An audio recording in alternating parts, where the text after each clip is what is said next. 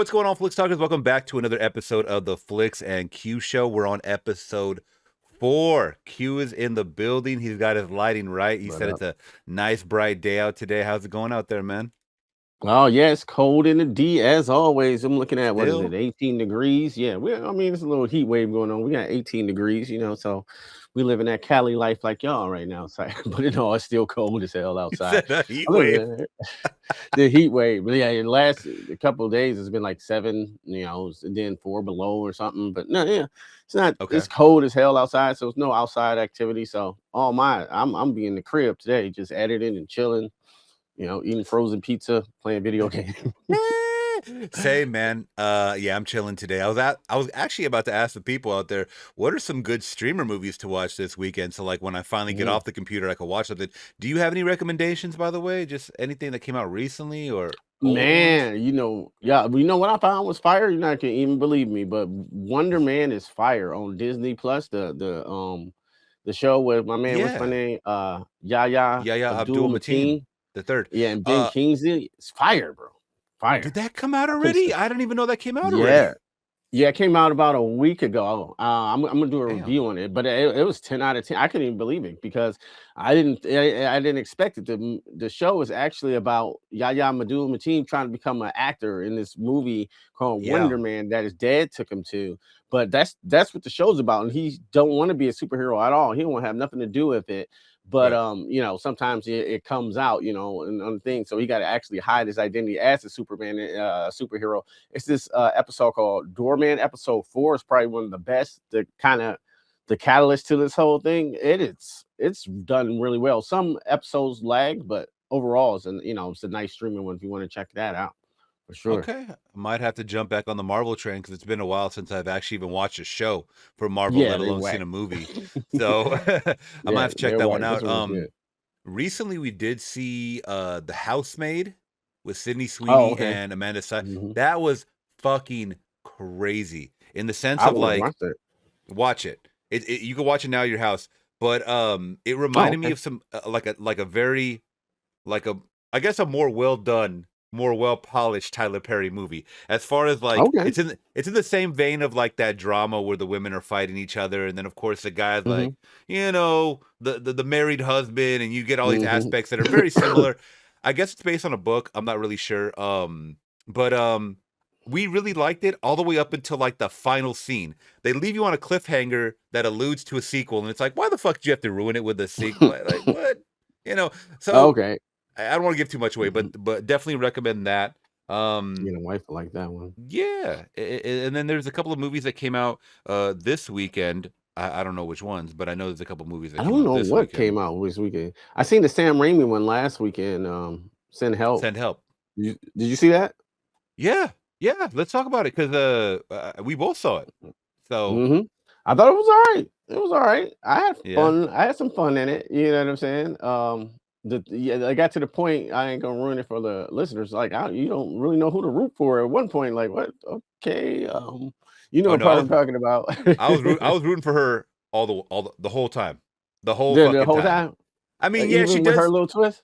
Yeah, she does a little. She does like some deceptive stuff, obviously, but at the same, like you got to think of everything in the totality of things. Like the way she is, the smarts, right? She is the brains Mhm. of. I'm talking about when they're before that whole plane crash. It's not a spoiler because you see it in the trailer, but Right, right, right. they treat her like shit. I mean, come Yeah, on. The boys club, they treat her like shit. So torture yeah. the fuck out of that boss. That's what I'm saying. Or the son, yeah, the son. By the way, Yeah. did you see the Easter egg of who the son's dad was? Bruce Cameron on the wall over there to the left. Yes. Yeah, I was like, that's a good one. I went to my girl. I go, Uh, look at the post. She didn't know who the fuck that was. I said, all right, like, great. who was that? That's Ash. Yes, Yeah, yeah. sir. I Yeah. thought it was funny. But no, That it tuna felt fish on her mouth did bother me. the what? That tuna fish on her lip, bro. Oh How Sam Raimi yeah. shoots it. He just get Hmm. this super micro lenses right up on it. It's like, ugh, bro. I'm trying to eat Yeah. my popcorn. I'm like, ugh, bro, I can't look. And I can look This at any disgusting thing. this movie definitely had Sam Raimi qualities in it as far as like you said that certain angles, you get a lot of awkward dialogue, you get a lot of gross out scenes, a lot of throwing up, a lot of Yep. Green uh, uh goo. Is it just me, or does he purposely make the CGI fucking noticeable?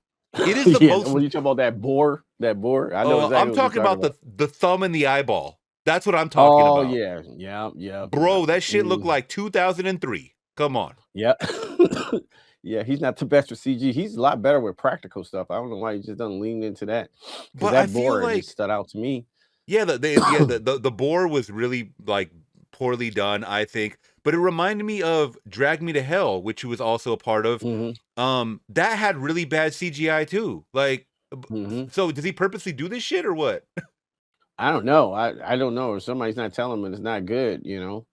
With that being said, I still want to see him do like a real true Evil Dead 4, not like the Army of Darkness style, but like Yeah, more Evil Dead 2 style. But yeah. I think Oh, he still got it.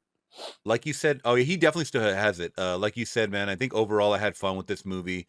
Was it implausible? Yeah, of course not. Of course it is, but like that doesn't matter. My girl predicted the twist right away. Like with the whole Hmm. the whole any part of she's like, see, and I was like, you got it, you Hmm. nailed it. You know, something was there, but like, I liked it thoroughly. I like that they added that she was like a Survivor show Hmm.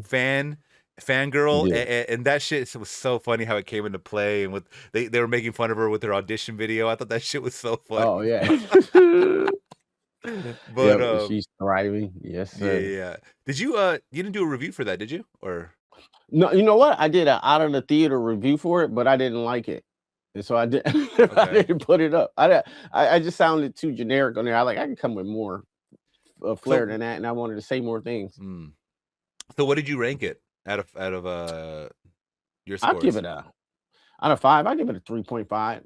I give it 3.5 to yeah, to It's so funny maybe because that's exactly what I said. I said that I don't do a point system, but if I were to, it would be a 3.5. I think I gave it a Mhm, 3 instead because it's not like a 4, but mm, you know, yeah. I mean it's but I don't think it's supposed to be. I think it's supposed to be dumb, Mhm, silly fun, but also have that mhm. message in there and definitely make you oh, bro, there's that scene with the you know what I'm talking about when she paralyzes them with the squid. Oh, God yeah. damn, bro. Yeah, and there Oh, was, yeah. believe I it or almost not, forgot about there was families in the theater, bro. Like they brought their little children, and I'm like, are they really going to oh, boy. show this? And they're gonna, but you Oh, know, boy. Ooh, that was a good ooh. little scene right there too, and Yeah, that it was a made good me. scene. If you're a man, you'll cringe watching that scene. Cringe, cringe. Yeah, Yes, this is sir. definitely a good streaming movie at the crib. I So think you're so. like, get a frozen pizza, chill out, watch this. Yeah, It's fun enough, yeah. especially for a January film. Yeah, that's what a lot of people were saying that January films. I mean, most of us know that January films. That's where films go to die. But fortunately, Hmm. we've gotten some good ones. That one it made a decent amount of money. I think the budget was Great pretty man. high though. And then also Iron Lung, which is a horror movie that Yeah, came out and just dominated. And that actually yeah, I is heard about that. that's put out by a YouTuber who self financed Hmm. that movie. He put up Oh 3 million of wow, his own money, dang. Okay, and that's what's it's up. made 30 million so far. Wow. That's a Dang, win. okay. That's what's up. That's what's up. Shout out to the YouTubers making their own E- films out here, e- son, and making $30 million. Exactly. dollars. Yeah, Crazy. exactly. And Primate came out too. That's another one I hear people Okay, I say that haven't was seen all that right. one. I haven't I seen haven't that seen one. that one either. Oh yeah, that's the Yeah. one I saw. I did see the trailer on stream, and I said it looked stupid. It did look stupid. That's why I had to But see it. yeah, Yeah. maybe that I know that one made a lot of money too. So I mean, these movies are making Mhm. money. So the point I'm trying to make is that in January, movies are making money, and they don't usually do. So that's kind of cool. Mhm. All right, guys. Before we get into it, make sure to hit that big thumbs up. Consider subscribing. Today we go over kind of topical weekly, just stories, viral clips, and just stuff that you're not going to regularly see on my Flix Talk channel. But I'm going to leave all of Q's information down below if you guys want to follow him. So let's get into. And you literally just sent me this story right now, man. So we're going to get into it. Mhm. Brad Arnold, the Three Doors Down lead singer, passes away at age 47. This just happened today as of recording it Wow. on the 7th of February, guys. The singer announced in May of last year that he was battling stage 4 kidney cancer. The announcement stated that with his beloved wife Jennifer by his side, he passed away peacefully, surrounded by loved ones in his sleep. after his courageous battle with cancer. So I mean, that's all you can hope for, right? You're surrounded by your loved ones. So yeah, it said that one of their top songs in the 2000s was Kryptonite. You were Love just that song. reminding me of that because I was like, man, what songs did he sing? But Kryptonite, that was a big one.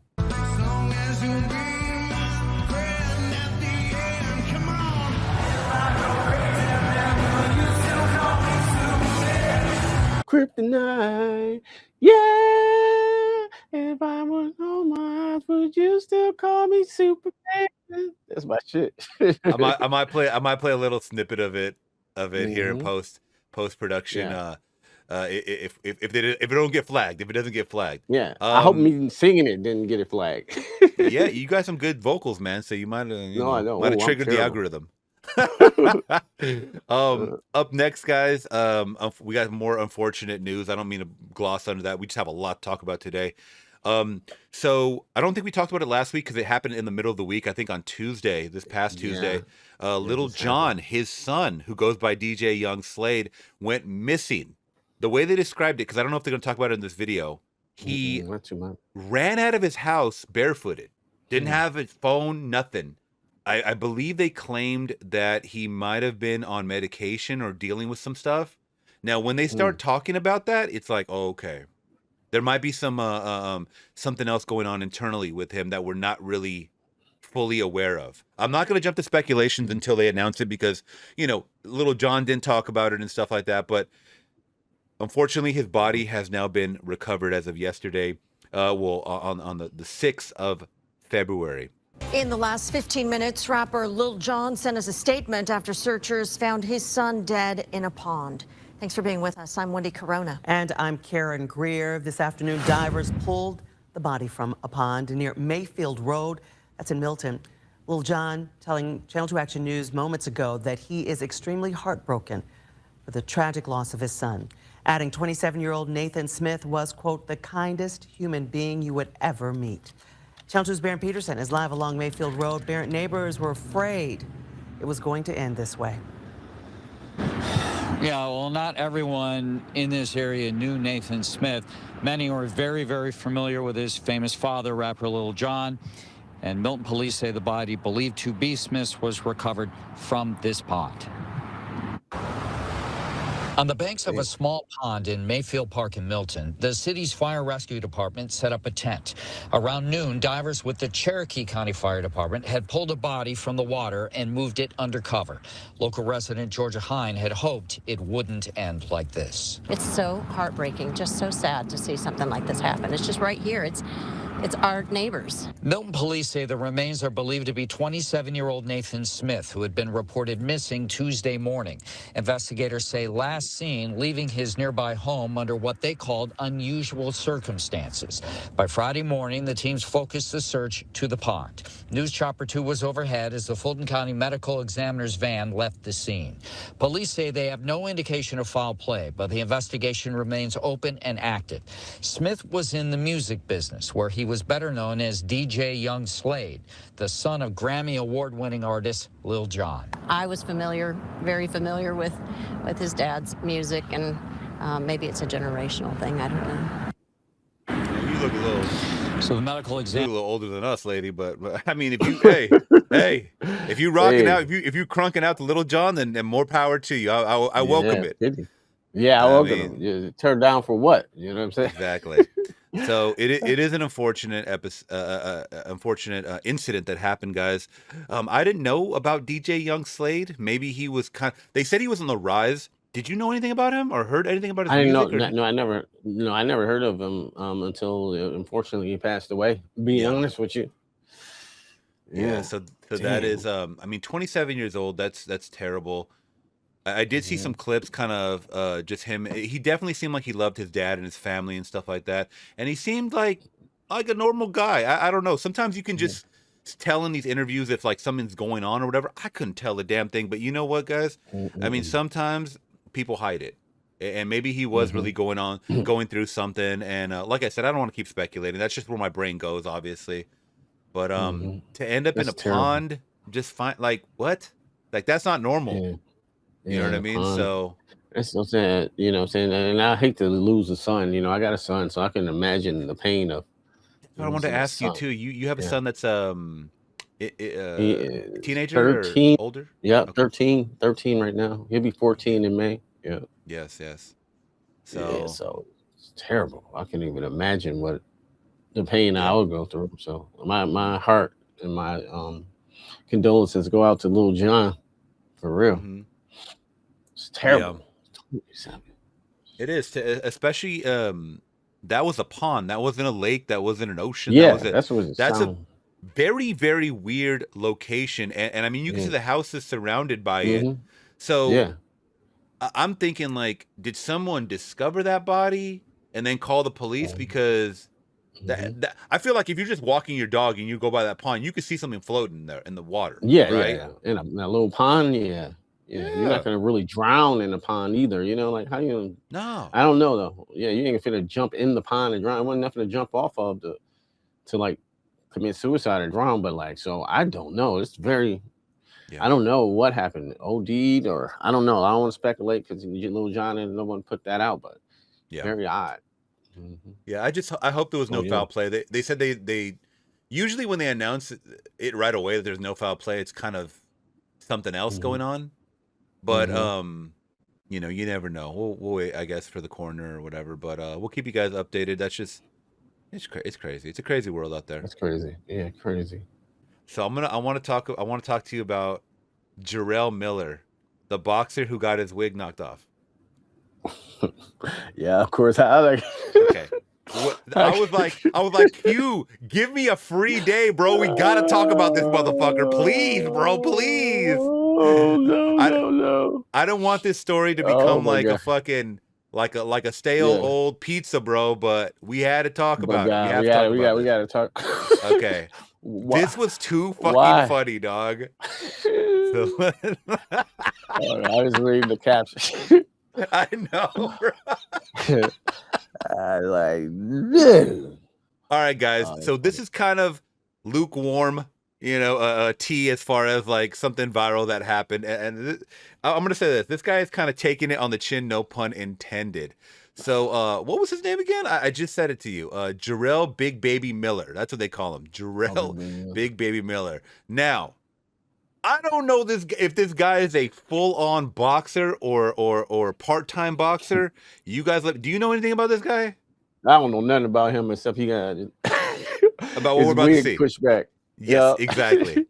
And that is in the factual manner right there. So, but I gotta say, he has to be a comedian on the side because when you see this guy in interviews and the after interview that he does in the ring and stuff like that, this guy's funny.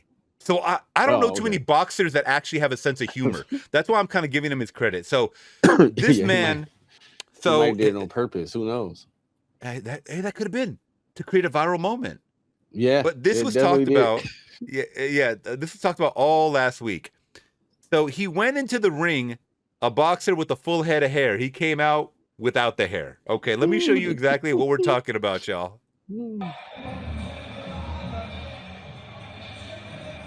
Nigga. Nigga, what the fuck? Bald nigga. Bald nigga. Bald nigga. Oh shit. Damn. Nigga. Okay. That was rapper Freddie Gibbs, by the way, posting that. That was insanity. Somebody in the background in the ring, you know, saying like, "What? Somebody knocked off his toupee." Toupee. Bro, this looks so bad. Also, this guy does not have a build like a boxer. I mean, he's like not kept in shape. It doesn't look like. I mean, yeah, he has a lot of mass, but not compared to the other guy. Like this is beer gut right here, bro. This is not. No, this is like I'm a garbage man on as my day job type of shit. A garbage man, damn. Yeah. I'm just talking about from what we traditionally see. I mean, I know the game has changed, bro. The game has changed when it's come to like celebrity boxing. So you get all kinds of different body frames and shit like that, right? But come on, bro, what happened to the days of Iron Mike Tyson? What the fuck is happening? There's no arm. He's more Pillsbury Doughboy. Yep, trash man. And now he has no hair. Now he has no fucking hair. Oh man. I get to my mama's house and she had some shampoo bottles under her table, and I shampooed it. Yo, the shit was like ammonium bleach. I already lost my hair like 2 days ago, so I called my man. So give me one of the mains. Let me slap that shit on real quick. Ibiza knocked that shit off. But like I said before, man, it's funny, man. I'm a comedian. So he said he's a comedian. But did you hear what he said in the beginning? I just lost my hair yesterday. But did you see how he did it? With shampoo, it's some of his mama's shampoo or something. She had some shampoo bottles under her table, and I shampooed it. Yo, the shit was like ammonium bleach. I already lost my hair like 2 days ago, so I called my man. So give me one of the mains. Let me slap that shit on real quick. What the fuck did he put?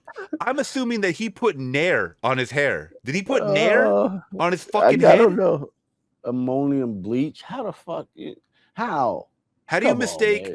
How do you mistake that for anything that's a shampoo? I think he put Nair on his fucking hair, bro. I'm being real. Yeah. Oh, he's showing up to the Breakfast Club like that, bro. And now he's showing up to the Breakfast Club like this. That's what I'm saying, bro. Like, this is that's crazy. A publicity stunt, bro. It's a publicity stuff. So you get to fix his hair before he went anywhere. He coming on the Breakfast Club because he tried to eat off this viral moment. Good for him, I guess. Yeah, but I mean, nobody's gonna remember him next week. I'll tell you that. But no. Do you fight your barber now? Whoever glued that on, do you go? It's so funny. Like, he's never given me a cut before. He usually gives my cousin a cut. So I'm gonna call my cousin. Yo, bro, I ain't ready to go bald yet. He's like, yo, my man got the piece. My man got the piece.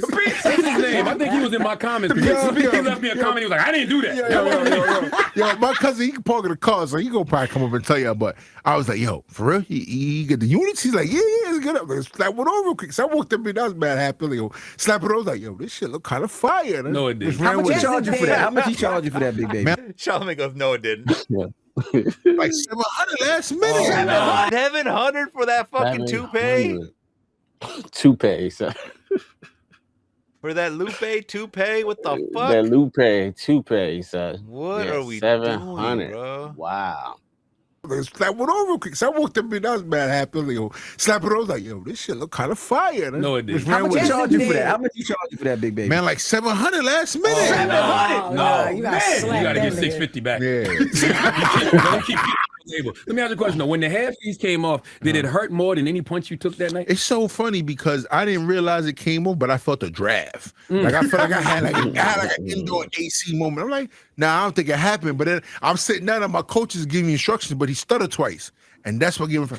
He never stuttered. He's like, he looked up like this, like his eyes said, I said, oh. I said, no, if this shit really would have came up, I'm gonna look at the Jumbotron, because the Jumbotron gonna have to replay. Yeah. So when I went like this, ridiculous. And I said, oh shit, they got me. I said, well, we're gonna roll with it. Let's go, baby. Yeah. And I got up, I tossed it in the crowd. I said, it's time to get back to work. So did you feel more exposed when the hair left or when the camera zoomed in? Like when you saw it on the Jumbo, you like, oh. Yo, the minute I seen it on the Jumbotron, I was like, oh yeah, we fried, we cooked in this one. So all right, we'll leave it at that. But basically, he has his moment, and I'm gonna be real. If this guy comes out with comedy videos after this, I'm not gonna be mad. I'm gonna be watching them. Yeah, because you could tell this is kind of what he wants. Like, I mean, that's what he wants. Yeah, because nobody ever heard of this guy before until his hair popped off. It looked like when it got hit, like some ramen noodles, like like the packet before you boil them. Because there's the waves, they just kind of floppied out, man. Oh my goodness, that shit was so fucking funny. So this is actually a Detroit story.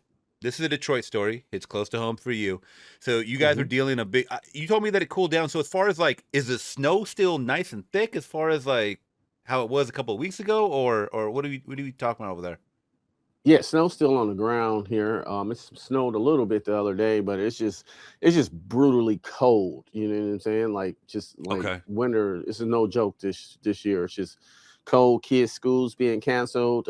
Like right now, I said it's 18 degrees, so it's not as cold, but it's still cold out there. My heat's on 73 degrees all the time, and I'm not looking forward to paying that bill, the furnace Yep. bill, because it's gonna be expensive because the heat gotta constantly stay on. So yeah, because Well, it's too cold. I hate to brag, man, but it's about 67 degrees right now. Woo! Before noon. Before noon. Damn. So That's last week we had some days in the 80s. So I mean that's a January California winter, baby. That's a California winter, son. Because Yeah. there's none of that over here. So to say all that, we have this man right here. Now, I really want to know your thoughts on this one because people are torn on this situation right here. So I'm gonna set it up. It's basically a bus driver. Now I don't know where it's owned and operated throughout. I don't know if it's from the school district or the city or something separately because parents are confused at what to think about this. So there was a man that's offering rides to children that had to walk in the snow because I guess it was so icy and just crazy out there. But you let me know your thoughts about this one. Super cold.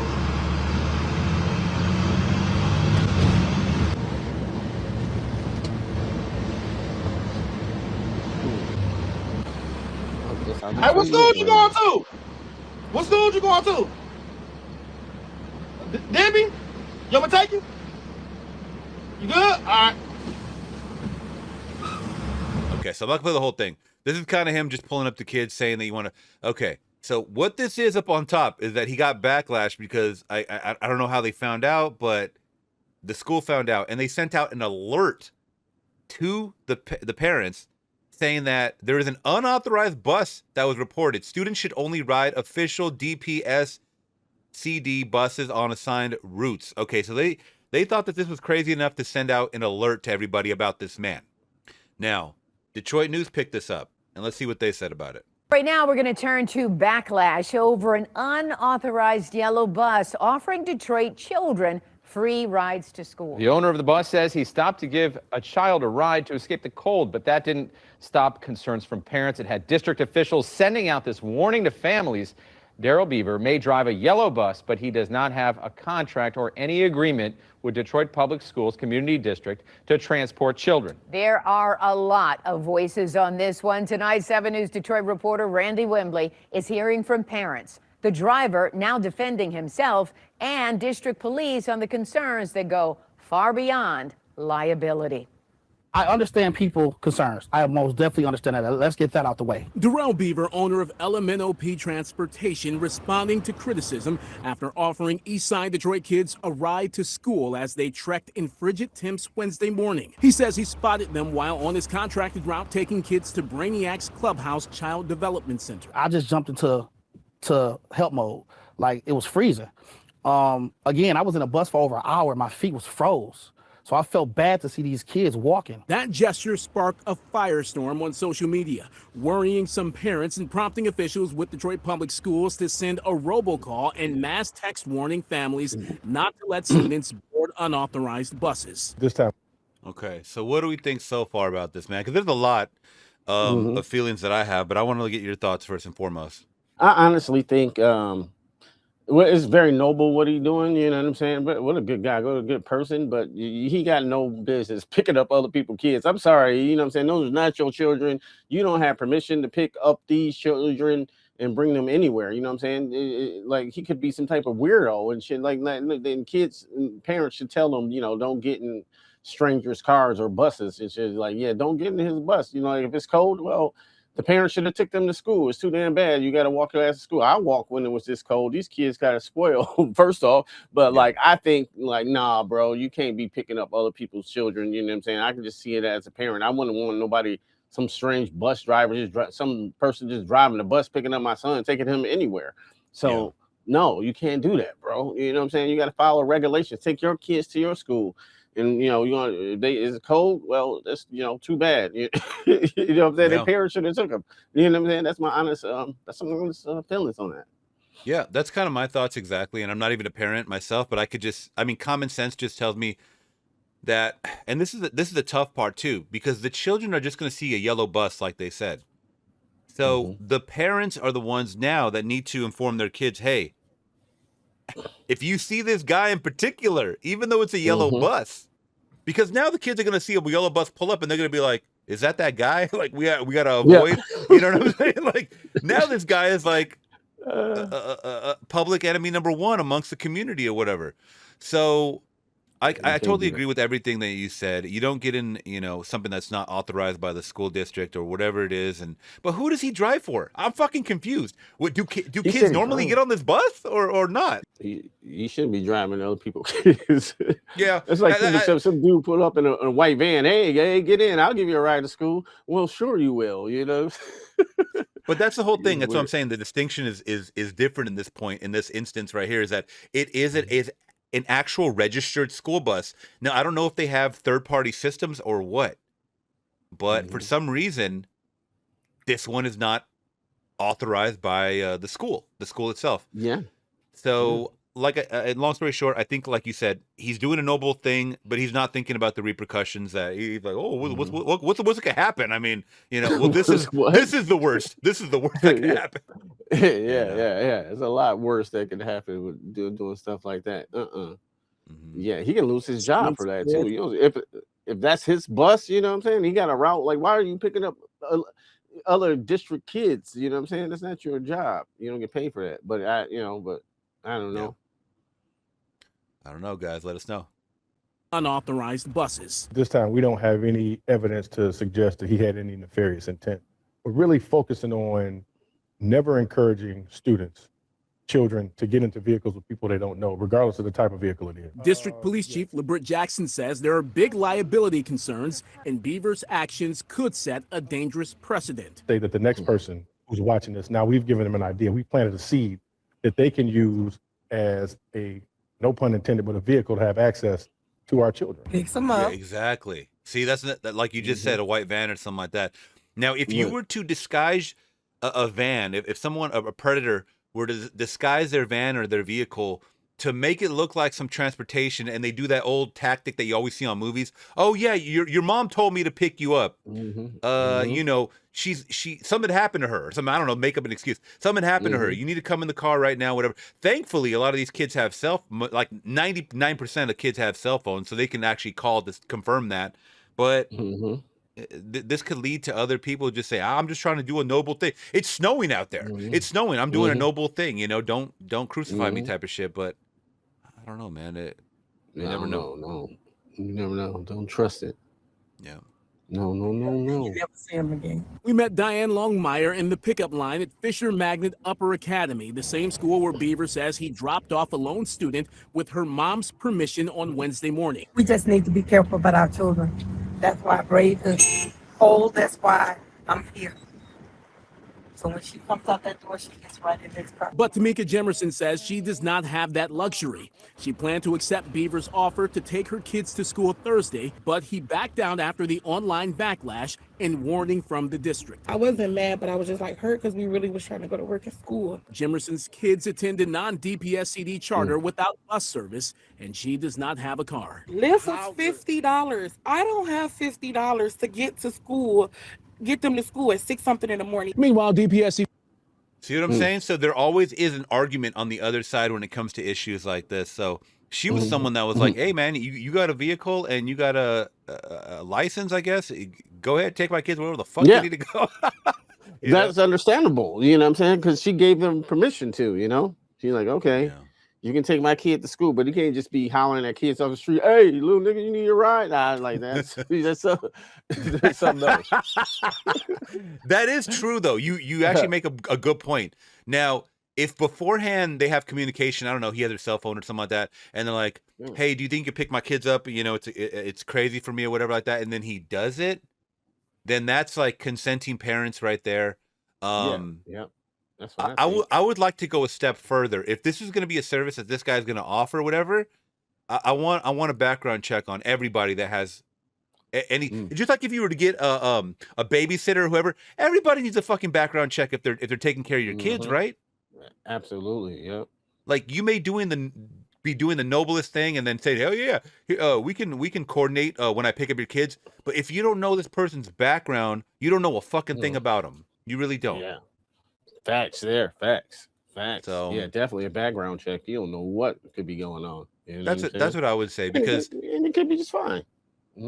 Yeah, like you said, I mean, do parents, in this instance, she seems busy, and $50 for a Uber, or a Lyft or Mm, whatever, that's insane. And they're probably surge yeah, pricing because it's snowing like crazy. yeah, yeah. Yeah, my son just wanted some Popeyes from yeah, Popeyes, and he wanted to DoorDash it because I was getting ready to do the show, and then he Yeah, showed me how much it was. It was like $25 for some chicken tenders and a pop and some fries. I'm like, yeah, shit, no, we're not yeah. doing that. I'll just go get it. You know I'll what I'm just saying? go get it. I'll go thug it out in Yeah, this I 18 just go degree throw it weather. out. Yeah, yeah, yeah. I was like, I just go get cold, get in the car.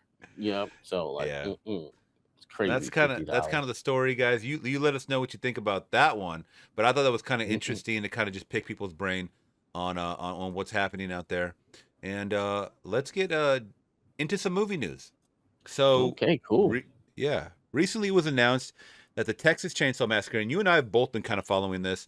Now it's up for Mhm. grabs, or not up for grabs. It was up for grabs. A24 now has a home. Which, what do we think about that? Initial thoughts, like, is that a good home for this franchise to go, to A24? Good question, because yeah, I think so. Because like you think about the very first Texas Chainsaw Massacre, was it 73 or something like that? I could be wrong, but Something like didn't that. that feel like a A24 type movie or or a snuff film? Like I always remember watching Chainsaw Massacre. Like I don't know if I should be watching this. Yep. Is this real shit? You know what I'm saying? They got that real, And I visceral, don't. real feeling. Yeah, I'm gonna keep it real. I don't even think that's 35 millimeter. I think it was less. I think it was like 18 yeah. millimeter. I think so. Like some grunge. Like you can feel the Texas sweat on the film. It's Yeah. just nasty in a great way that makes the great horror. But I think A24 is the right place for them to be, because if they go to Blumhouse, they're gonna water it down. You never know what to expect. You go from Blumhouse, Neon. Yeah.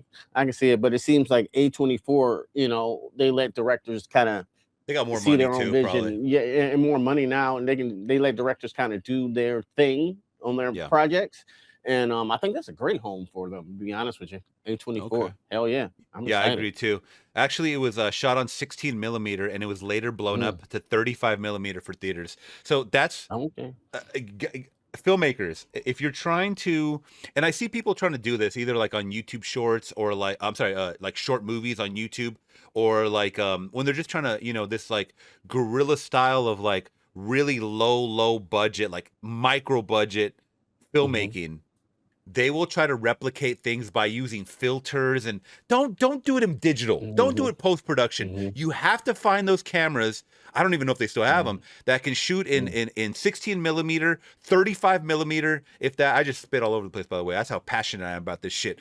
35 millimeter Yeah. to achieve that real deal film quality grain. I hate when they try to Yeah. put it in post production, because it's like, bro, you're not fooling anybody. You're really not. It Yeah. doesn't. Yeah. It lacks in quality. I don't know. That's Yeah, just yeah, me. yeah, yeah, yeah. That's actual film too, so it's actually scratched and dirty. That's why it looks like that. You know what I'm Oh saying? yeah. So like, you're doing digital. I use on some of my YouTube videos, I got some film grain I go on, but like I don't care. I'm just making a YouTube video. Yeah, it's a You know YouTube just what I'm video. saying? Yeah. Yeah, just to add a little character or something. I'm not trying to fool people and shit, but like you're right, some of these lower budget filmmakers do that and try to pull it off like it's film. Like you're not fooling nobody. That's why Sinners still has so much high praise, because when you look at it, even though it's high quality film, IMAX film, you can tell that shit shot on film. Like, oh, okay, this looks different from that Avengers movie that's all super clean and polished and shit. That's why you're like, Mhm. ooh, film feels more lived in than anything digital, in my opinion.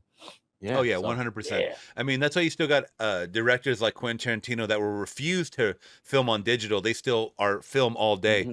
because it gives off this, and he does a lot of timepieces. So it's like you have to have that to set the mark Hmm. for whatever time period you're focusing on. Now we're obviously going Hmm. to be going back to the 70s, so it's like I hope, I doubt. I'm just saying that because people just want to take the easy route. I'm sure it's cheaper filming. I Hmm. mean, I don't know how it would be cheaper, but it should probably just easier to process the video this way, to shoot it in Oh yeah. digital.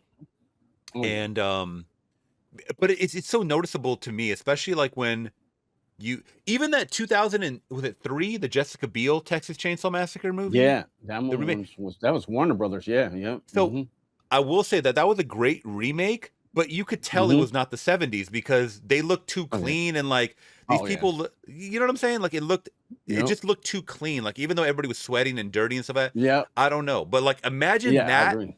was filmed in film, like that'd be insane, bro. Yeah, what A24, and they love film over there. So like, I hope you they think keep it any like that. A24 films like The Witch, things like that. Thinking some more A24 film everywhere all at once, kind of like Hereditary. You know what I'm saying? That Mhm. real grungy dirt feel. Yeah, I hope yeah. they You keep it made a like great that. point. Yeah, I Yeah, hope they yeah, keep it like that. yeah, yeah. Now, it was announced as well that they're teaming up with Glenn Powell's well, Glenn Powell is producing, I'm sorry. So we have another actor that's turning to the producing route, which is fine. I don't care either way. TV series. Now it's going to be a TV series, not a movie. What do we think about that?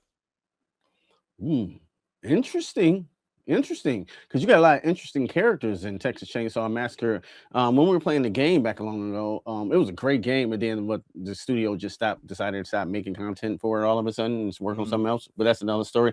But interesting with the TV series that they got a lot of characters, like I say, so we can explore the grandpa character, to which we know really nothing about too much. You know, well, like why he the one made all these freaking maniacs, you know what I'm saying? What's his story? I always said that'd be a great prequel movie if we had a movie about grandpa, but we can explore grandpa, we can explore the hitchhiker, what he's weird, you know, and then maybe these off stories, you know what I'm saying, with Leatherface, he's chasing one a whole episode and you think they get away and he kill him at the end, you know, like just a whole bunch of anthology stories we can put into Texas Chainsaw Massacre that I think would be interesting instead of just, okay, here it comes another reboot, remake, whatever, you know what I'm saying? He's like, oh, okay, you know what I'm saying? I think we've been there, done that. So I think you got to use this universe to create new stories and fresh ideas, in my opinion. So a TV show works in that aspect to me. Okay. Yeah, 100%. I mean, I agree with the amount of characters that we do have as far as, you know, whether even if you go into the sequels like Chop Top and all these other characters that were like cousins or whoever it was, you know, to Leatherface, and you can expand on that obviously with the TV series. I just would like to know what time era they're going to be focusing on, because we saw that there are prequels of Leatherface, there are sequels, there are fucking mega sequels that Netflix put out fucking 40 years later, 50 years later. Come on, man. Like, what are we doing with this character? Yeah, it's the one with Trey Songz, check the Chainsaw off 3D. Stop it, bro. Yo, I think Leatherface got at least Leatherface got about 4 movies. You know what I'm saying? Just in this universe, I think the beginning. I can't even name them all because it's so. Oh, there's like 7 movies total. There's like 7 movies total, bro, for real. Yeah, and and not forget the Matthew McConaughey one too. The Texas Chainsaw with Zay Zellweger. People remember that one. Oh yeah, unfortunately. So along with that TV series, I mean, I'm gonna say I'm kind of undecided with the TV series. I mean, they could make something really, really good. So I'm kind of undecided about that. Plus a new movie in the works. Okay, great. Here we go. Now, where the fuck are we gonna start? Exactly where they always start every single goddamn time, or what? Yeah. I don't know what you can do for a new movie of Texas Chainsaw Massacre at this point, because the last Netflix one was supposed to be the part 2 to the old one, which it was stupid. And the reboot, how you gonna get better than the other reboot from the 2003 one? I think they already tried that. If I'm not sure, I'm just totally forgot about them. But I don't know where you start. The cell phone era just doesn't seem right for Texas Chainsaw Massacre. If you ask me, I just don't know. Yeah. That's a good question. What do you think? I say keep it how they've always done it, as far as focusing on that first group of they're not even teenagers, but like in the early 20s, the friend group, you know, you got what's his name in the wheelchair and stuff like that. You focus on all those aspects around that time period, and I think it should be fine. I mean, if you want to even go a little sooner than that, I'm not mad at it, because we can't assume that group was the first group to get killed. There's no way, because there's so many bones and shit that you find in their house and shit. There has to be other groups before that. So if they want to take it maybe even to the late 60s or whenever they started doing all this crazy shit, focus more on the not the dad, but you can focus on the grandpa and the dad, and then the who was the hitchhiker was who to him? Was that the brother? Was he the brother? Yeah, I think he was his brother. I think he was the brother. Yeah, he was Okay. one of the brothers. Yeah. Okay. Mm-hmm. Even if you want to focus on them, like kind of leading up, that might be good I for like a it. TV series or even like a movie standpoint, and then kind of Mhm. maybe ending off with like that group coming. You know, the group that Yeah. we know from like the remake and all that shit, and even the Yeah. original. You I like know, that. maybe we could do Mhm. that. I think Because that's then tighter. if it is successful, then they can just remake whatever we've been doing forever. You know. Mm-hmm. Yeah, So like Texas Chainsaw Massacre, First Kill. I first like it. kill. You know. Yeah, Yeah. Yeah. that'd be kind of sick. Yeah. That'd be So kind of sick. So I like it. JT Molnar is part of this as well, who also did Strange Darling, which I really liked. 2025's Wow. The Long Walk, which I did not see, but I Oh, heard I a lot of love. good things Oh, I about love that. that one. That Yeah. was good. You need to watch that one. That's the weekend one you need to watch. I think you can probably get that cheap for right now. Really? That's a great. That was one of my favorites of last year. Yeah, you got Oh, to watch really? that. Yep. Okay. Ending's kind of up for grabs, but like overall, I thought that movie was. I can believe a movie about people walking could be so damn interesting because if you Mm-hmm. slow down, pow, you know what I'm saying? Lights Right. out, over, pow, Oh, yeah. literally. Yeah, but it was So in a good. You'll statement, love it. Molnar said, I'm going to check it out. I've said publicly that I'm not interested in remaking perfect films, and the original Texas Chainsaw Massacre is a perfect film. Toby Hooper and Kim Henkel created something bold, transgressive, and truly seminal that holds up even today as a gold standard for horror. I think so. I think it's one of the greatest. It's up there with like Exorcist and all the Absolutely. movies like that, Poltergeist and things like that. When the opportunity for a long form exploration into this world arose, I saw it in a fresh way as well. So check us out. I saw it as a fresh way in.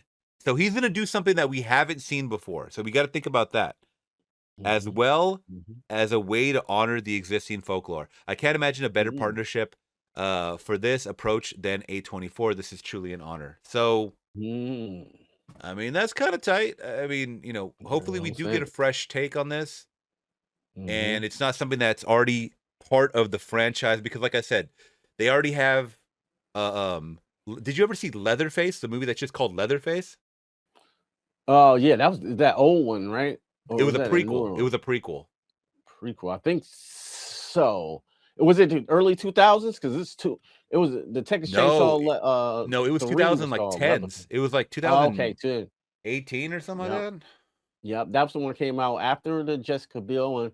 I Oh think yeah, I way seen it, but after. I don't remember it. Yeah, and I knew like an old one that came out in like 1989 was called Texas Chainsaw Massacre 3 Leatherface. It was that one. People don't Oh remember that yeah. one. Kane Hodder played Leatherface in that one. Oh wow, Yeah. I didn't know that. Yep, Jason. This one's actually from 2017. It's just called Leatherface. It got Mhm. really bad reviews. It's a prequel to the Texas Chainsaw franchise. So it Mhm. basically is an origin story. I think while Leatherface is like a teenager or even younger. But I know it has Mhm. Steven Dorff is in it, the guy that Yeah, I seen some of was in that. Blade. Mhm. So I think he plays a sheriff or something like that. But I Mhm. remember seeing it like on just because I was super into horror, like everything horror that was coming Mhm. out weekly, I was watching it, and I thought it was whack, like not whack, but like it was just Mhm. fucking boring. It was just like Yeah, whatever, like. underwhelming. Yeah, it was Yeah. what you call a frozen pizza. One of the fucking Yeah. frozen The pizza. J. Cole album is a new album. It's just underwhelming. Oh, is that Damn, I right? said Oh it. man, don't get me off on a tangent now, bro. I like J. Cole too, but this album is boring, bro. Damn. So it's a nail in the coffin, bro. That's what happens. That's what happens when you put on a diss to Kendrick and you apologize and your career is never the same. Yeah. Yeah, if you listen to it, Damn. yo, you gotta let me know in the DMs. All right, so we're gonna keep on this movie theme as far as like exploring. I just brought it up. I just talked about The Exorcist, man. We're talking about there is a new Exorcist movie by Mike Flanagan. I believe it's a movie. They could they could hoodwink me and make it a series. But Mike Flanagan, do you like Mike Flanagan? I think you've seen a Yes, couple I of do. his. Yeah. My favorite thing ever is with the Haunted of Hill House. That's first series. Have you ever seen it? I have not, but everybody always goes to that when they say Mike Flanagan. Ooh, that'd be a dope reaction for you, bro. That'd be a dope. I'm telling you, they got some twists and turns and some That's what I heard. scary ass shit in that. I heard it's scary. Literally scary. It's Yeah. scary, bro. It's great. So they just announced that he is going to be doing The Exorcist, taking over that property. Now, just like we were talking about the Texas Chainsaw Massacre, this is a franchise that has been beaten to death. Now, I'm kind of going back and I'm watching the old ones. I actually did watch last year, or I believe it was even last year. Time is flying by so quick. I watched that dreaded second Exorcist 2 movie, which was wild and crazy. But everybody tells me to watch the third one. The third one, they said, is where it gets back on track. So I would love to watch all the old ones. And I know even in the 2000s, they tried tackling some like Exorcist Beginning and all that sort of shit. I didn't watch them. Did you watch those?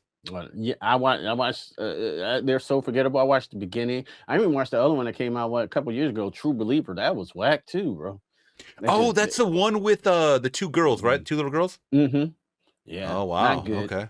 Not good. Damn. So it seems like these franchises, man, like just create new shit. But anyways, we're here, guys. Right. The Exorcist, they're redoing it, and now we have some casts that are being announced. So more recently, a couple of days ago, Lawrence Fishburne joins Mike Flanagan's The Exorcist cast. So other than Lawrence Fishburne, who's a legend, John Wick franchise, The Matrix. I mean, he's been in so many damn movies, bro. He's just he's an icon. He's so seasoned at this point.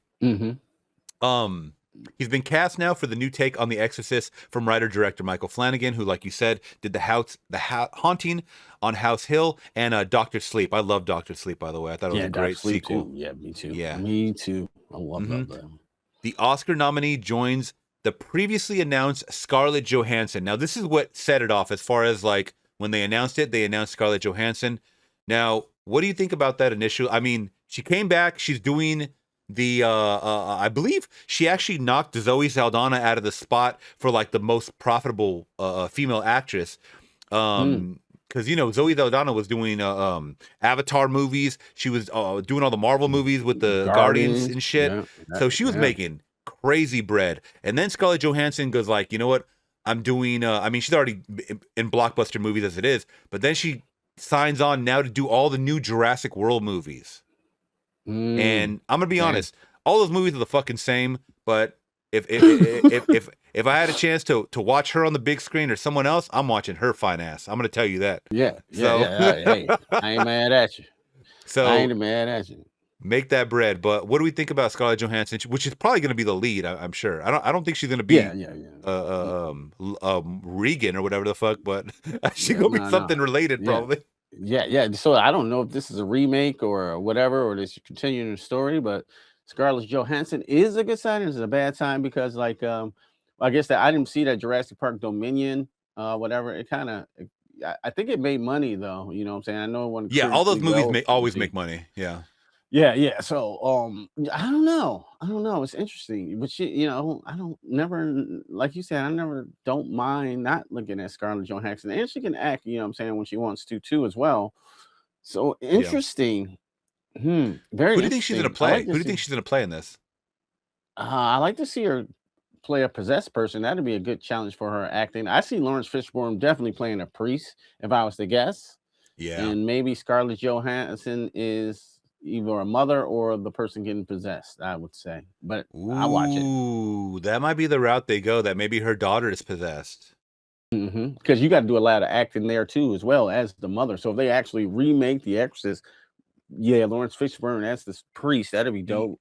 She might be the mother, bro. Which is I forgot the actress's name. I'll look it up real quick, but yeah, Chris McNeil. Okay, Chris McNeil. I believe she's still alive. I mean, yeah. It says she's still alive. 1932, she was born. So yeah, I can imagine. Yeah, I can imagine seeing Diane Lane 1000%. She's always 61. Oh shit. And Scarlett Johansson, she could definitely play her mother. So I think possibly that's what they might do in that. So could Scarlett Johansson be the possessed one? Just as an adult?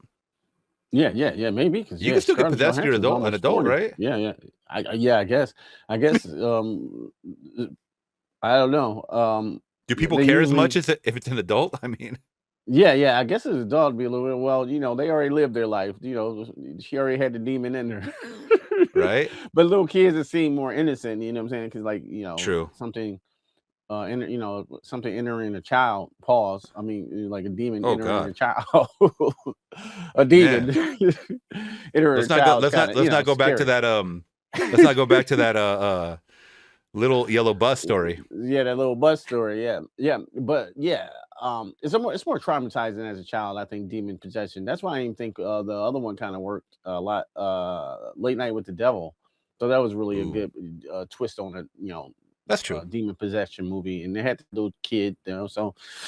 But they could go different. I'll respect it if they try something new and have Scarlett Johansson as the possess. I'm with it. I would love to see her possessed, bro. They could do that makeup job on the, that'd be crazy. Yeah. We got Jacoby Jupe from Hamnet, which I did not see. Diane Lane, of course, and Chiwetel Ejiofor from 12 Years a Slave. And I'm gonna say it.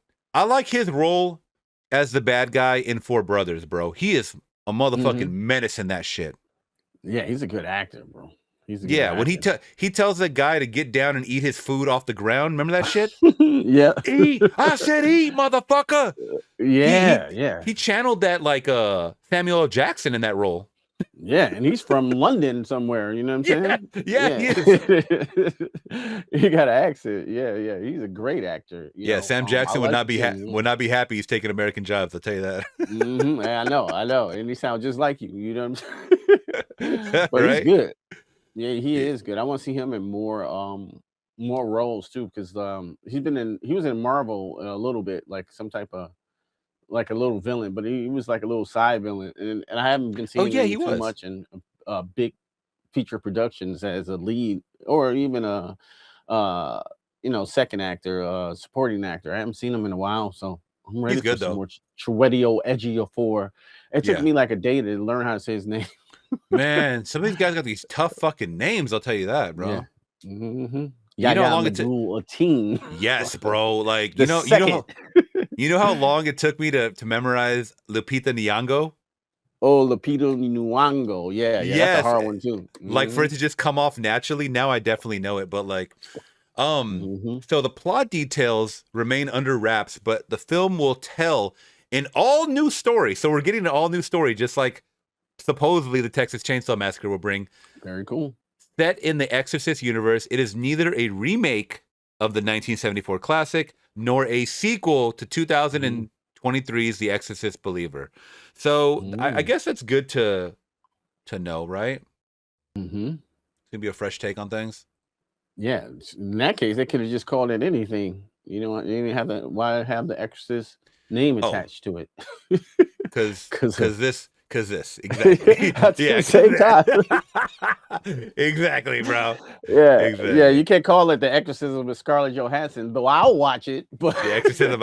All right, that sounds like a Tubi exclusive. Let's go. I definitely watch that. Okay, Now Q, I'm super excited, and I've been waiting actually to watch this with you. Now, this is a graphics designer, something that you're familiar with, a digital designer. And this man on his YouTube page, he only has 45,000 subscribers, so he's relatively a small channel. He's been working on all this test footage for Teenage Mutant Ninja Turtles, his version of what he would like it to look like, and it has gone viral, like as far as like people are loving what they're seeing. So it was released 10 days ago. It's already at over 1 million views. So he has, before, I think a couple months back, put out like little 30-second teasers or whatever of Leonardo, or actually a couple years back, it says. So he's been honing in on this and perfecting it. Now he has released a almost 2-minute little bit of footage that we can watch for Raphael test footage. Have you seen it? I have. Oh, you mother! I used to be in 3D art, so this couple come from my feet. I had to watch it. I know you're a fan, man. You're a fan of Ninja Turtles. I'm excited. Yeah, I'm excited to watch it again and for you. Well, this will be brand new for me. This will be brand new, so I'm excited. All right, this is gonna be my first time, so let's check it out, man. Raphael test footage.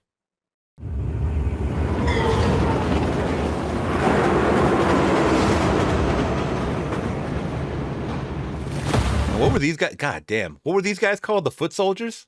Yeah, the Foot Clan, right? Foot the Clan. Foot Clan. Okay.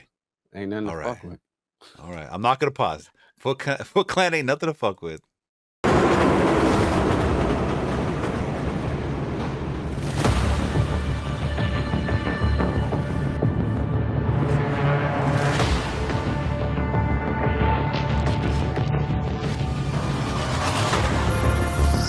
Oh shit.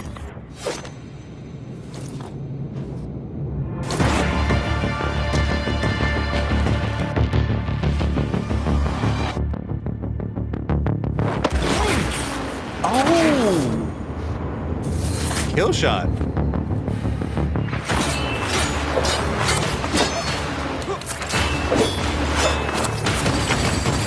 I love it.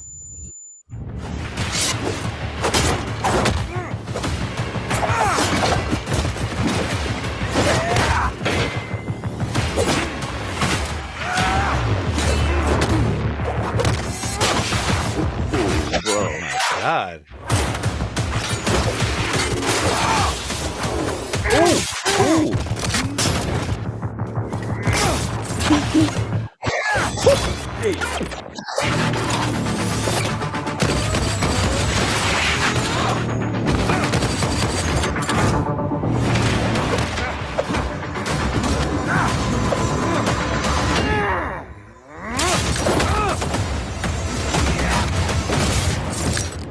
Oh my God.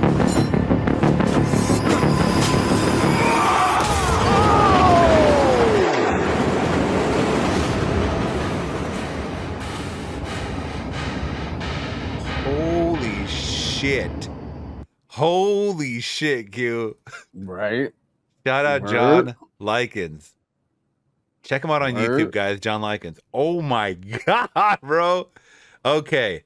I didn't realize how violent that was going to be as far as like the stabbings. You know, that's like those John Wick when they hold them like that and they just keep stabbing. Yeah. Oh, man. Kudos. They amazing.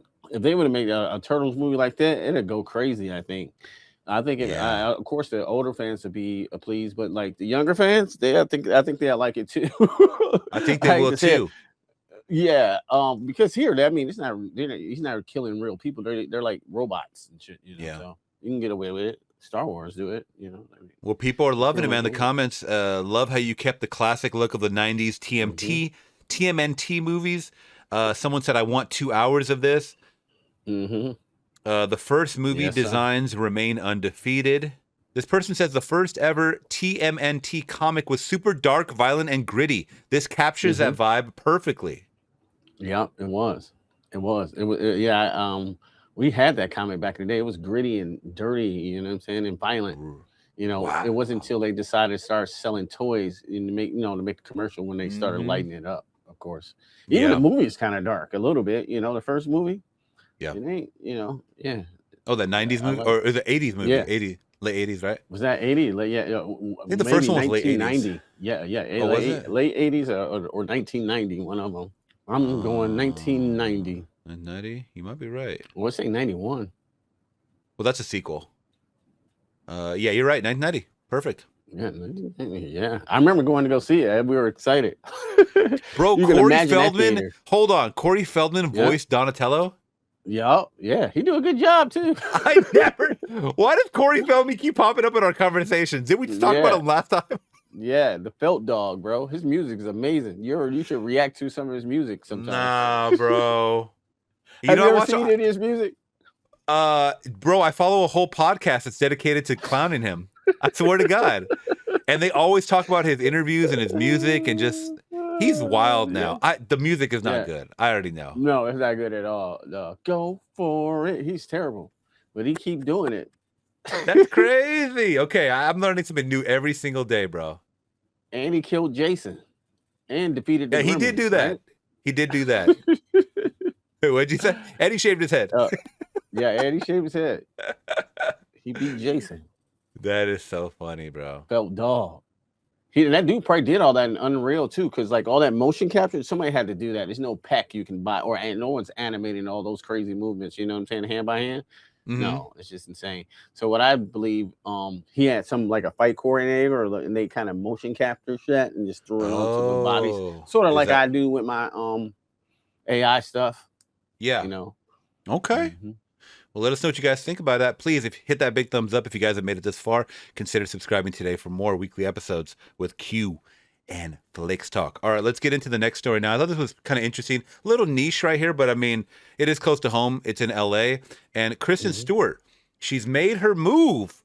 She's going the Quentin route, bro. She's buying up theaters. So Quentin Stewart's bold plan to bring a beloved Los Angeles theater back to life. So this is the Highland Theater. If you don't know about it, it is one of these classic venues where it's kind of they're made in just like New Beverly Cinema, which Quentin Tarantino owns.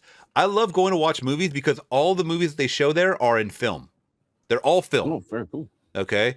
And a lot of times they're from his personal collection. So it's like he either has like the original copy or something like about it is just it feels like you're really at the movies again, you know, back in the day. Oh wow. I love to go there.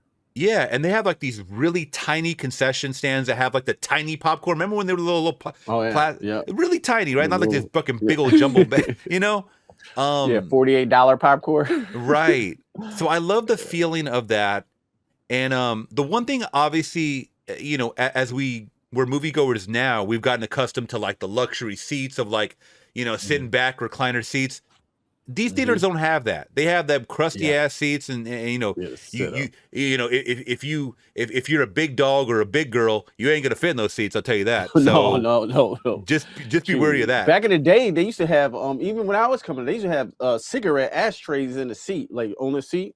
Yeah, you can smoke it in there. That shit is crazy. You can back in the day, you could smoke anywhere. You can smoke in restaurants, on the plane. Can you imagine that? People I was gonna say on the plane.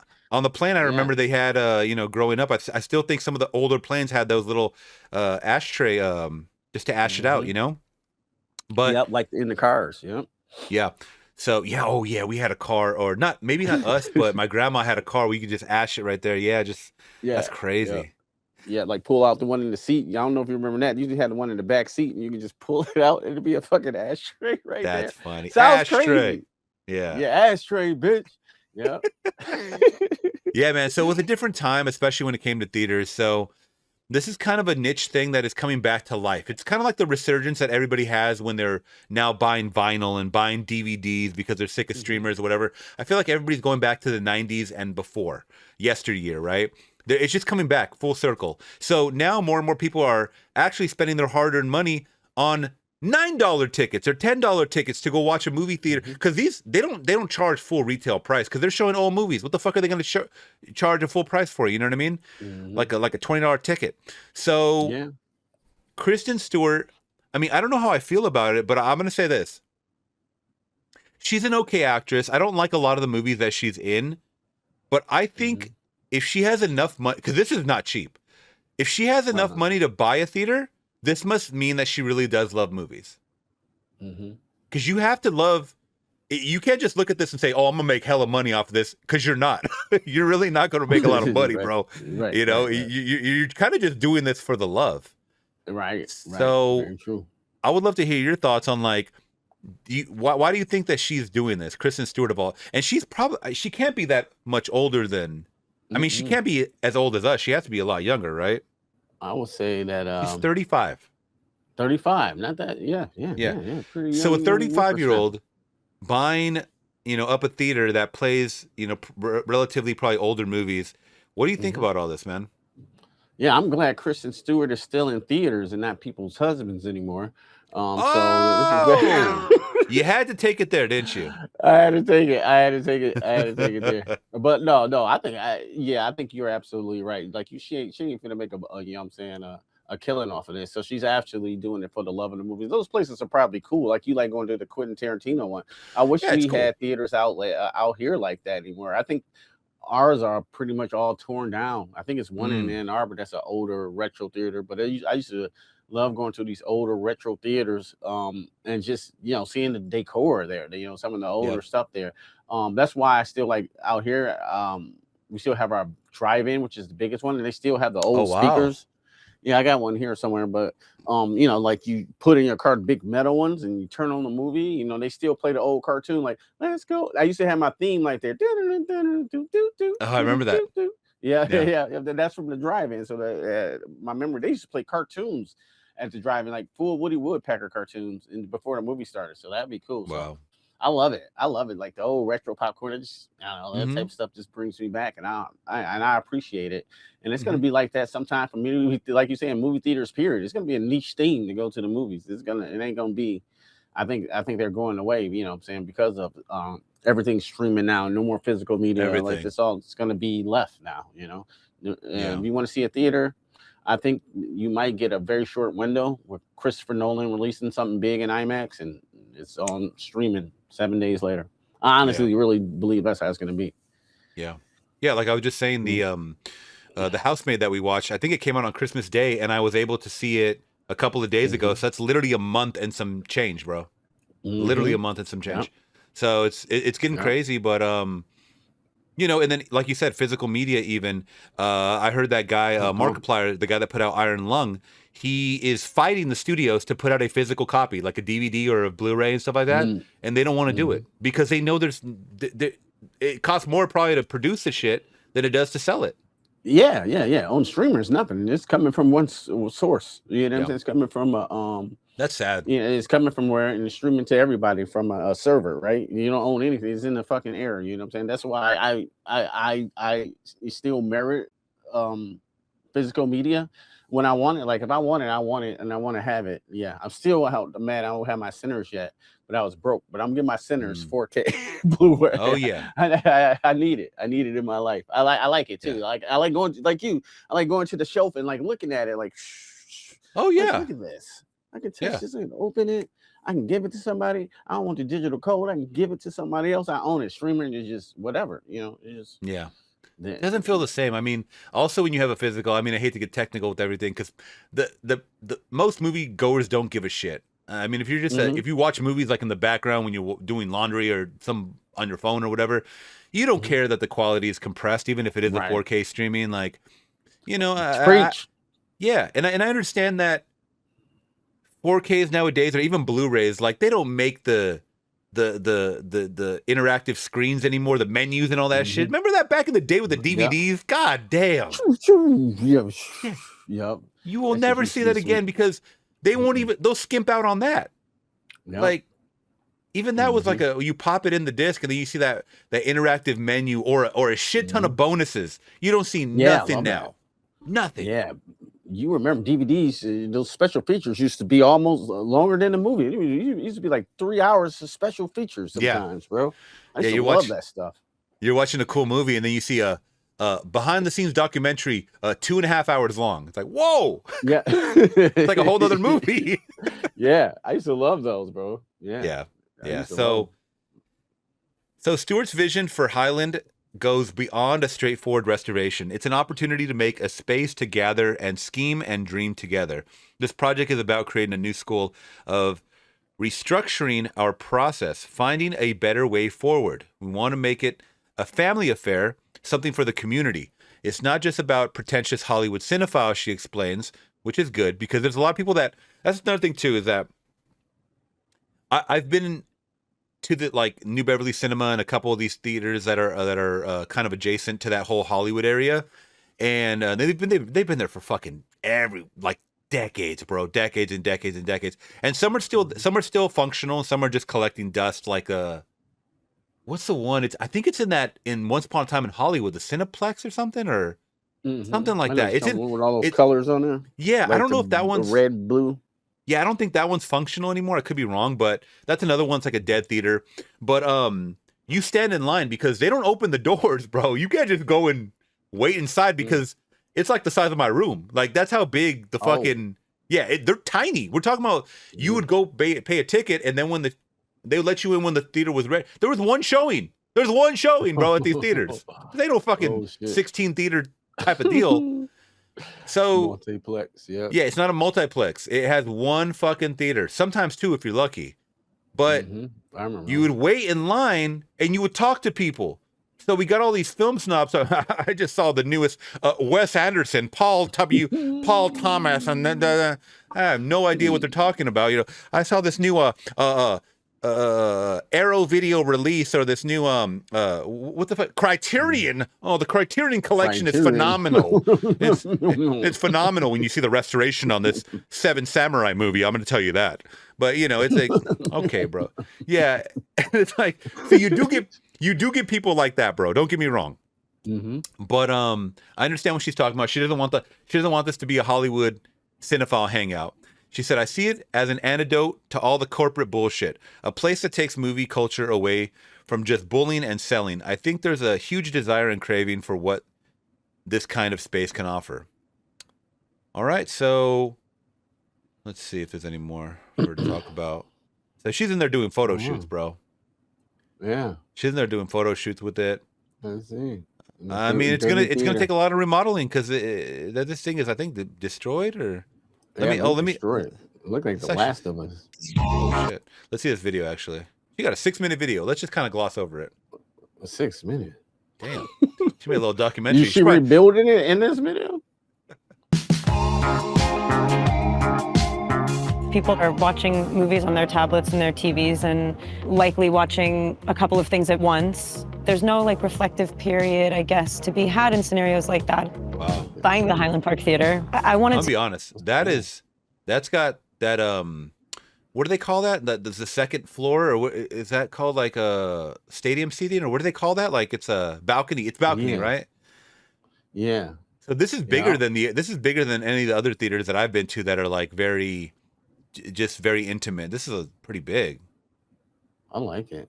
Yeah. buying the Highland Park Theater. I want it to be somewhere that families can go and that also filmmakers can go. And so we can kind of be in service of each other and we can be in actual communication with people and not cut off from each other. I don't think it's a nostalgic or sort of overly sentimental idea. I think people are kind of like, you know, really desperate for it.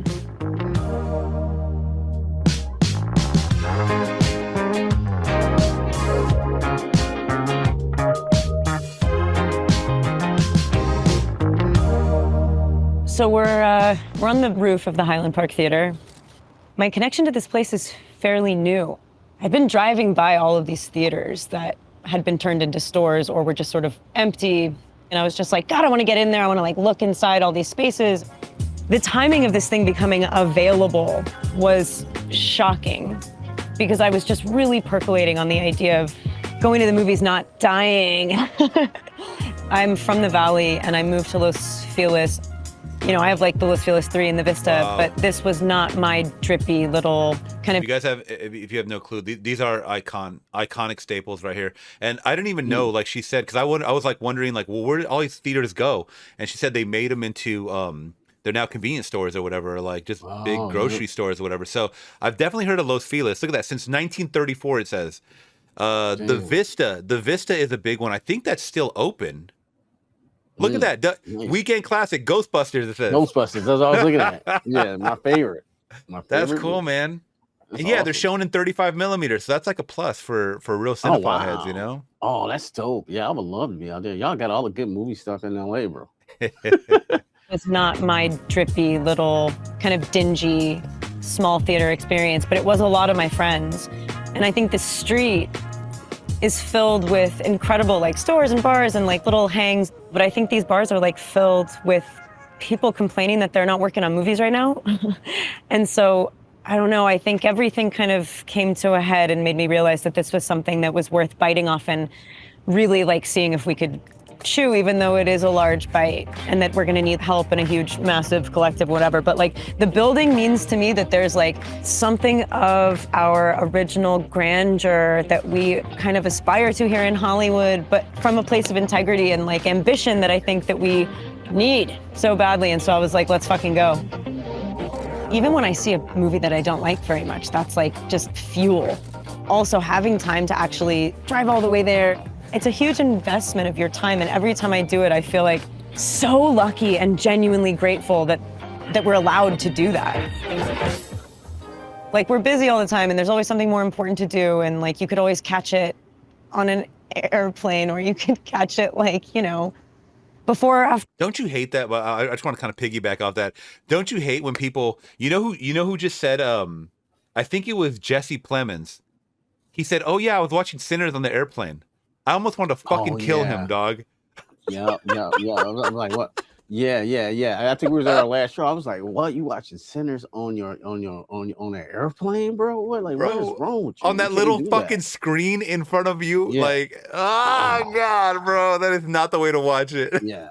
I get mad when people say they watch movies on their phone. I get it, but I don't do it. I don't know. I just ain't me. You know, I come from a little bit different era where we just don't do that. But yeah, that's what my kids do.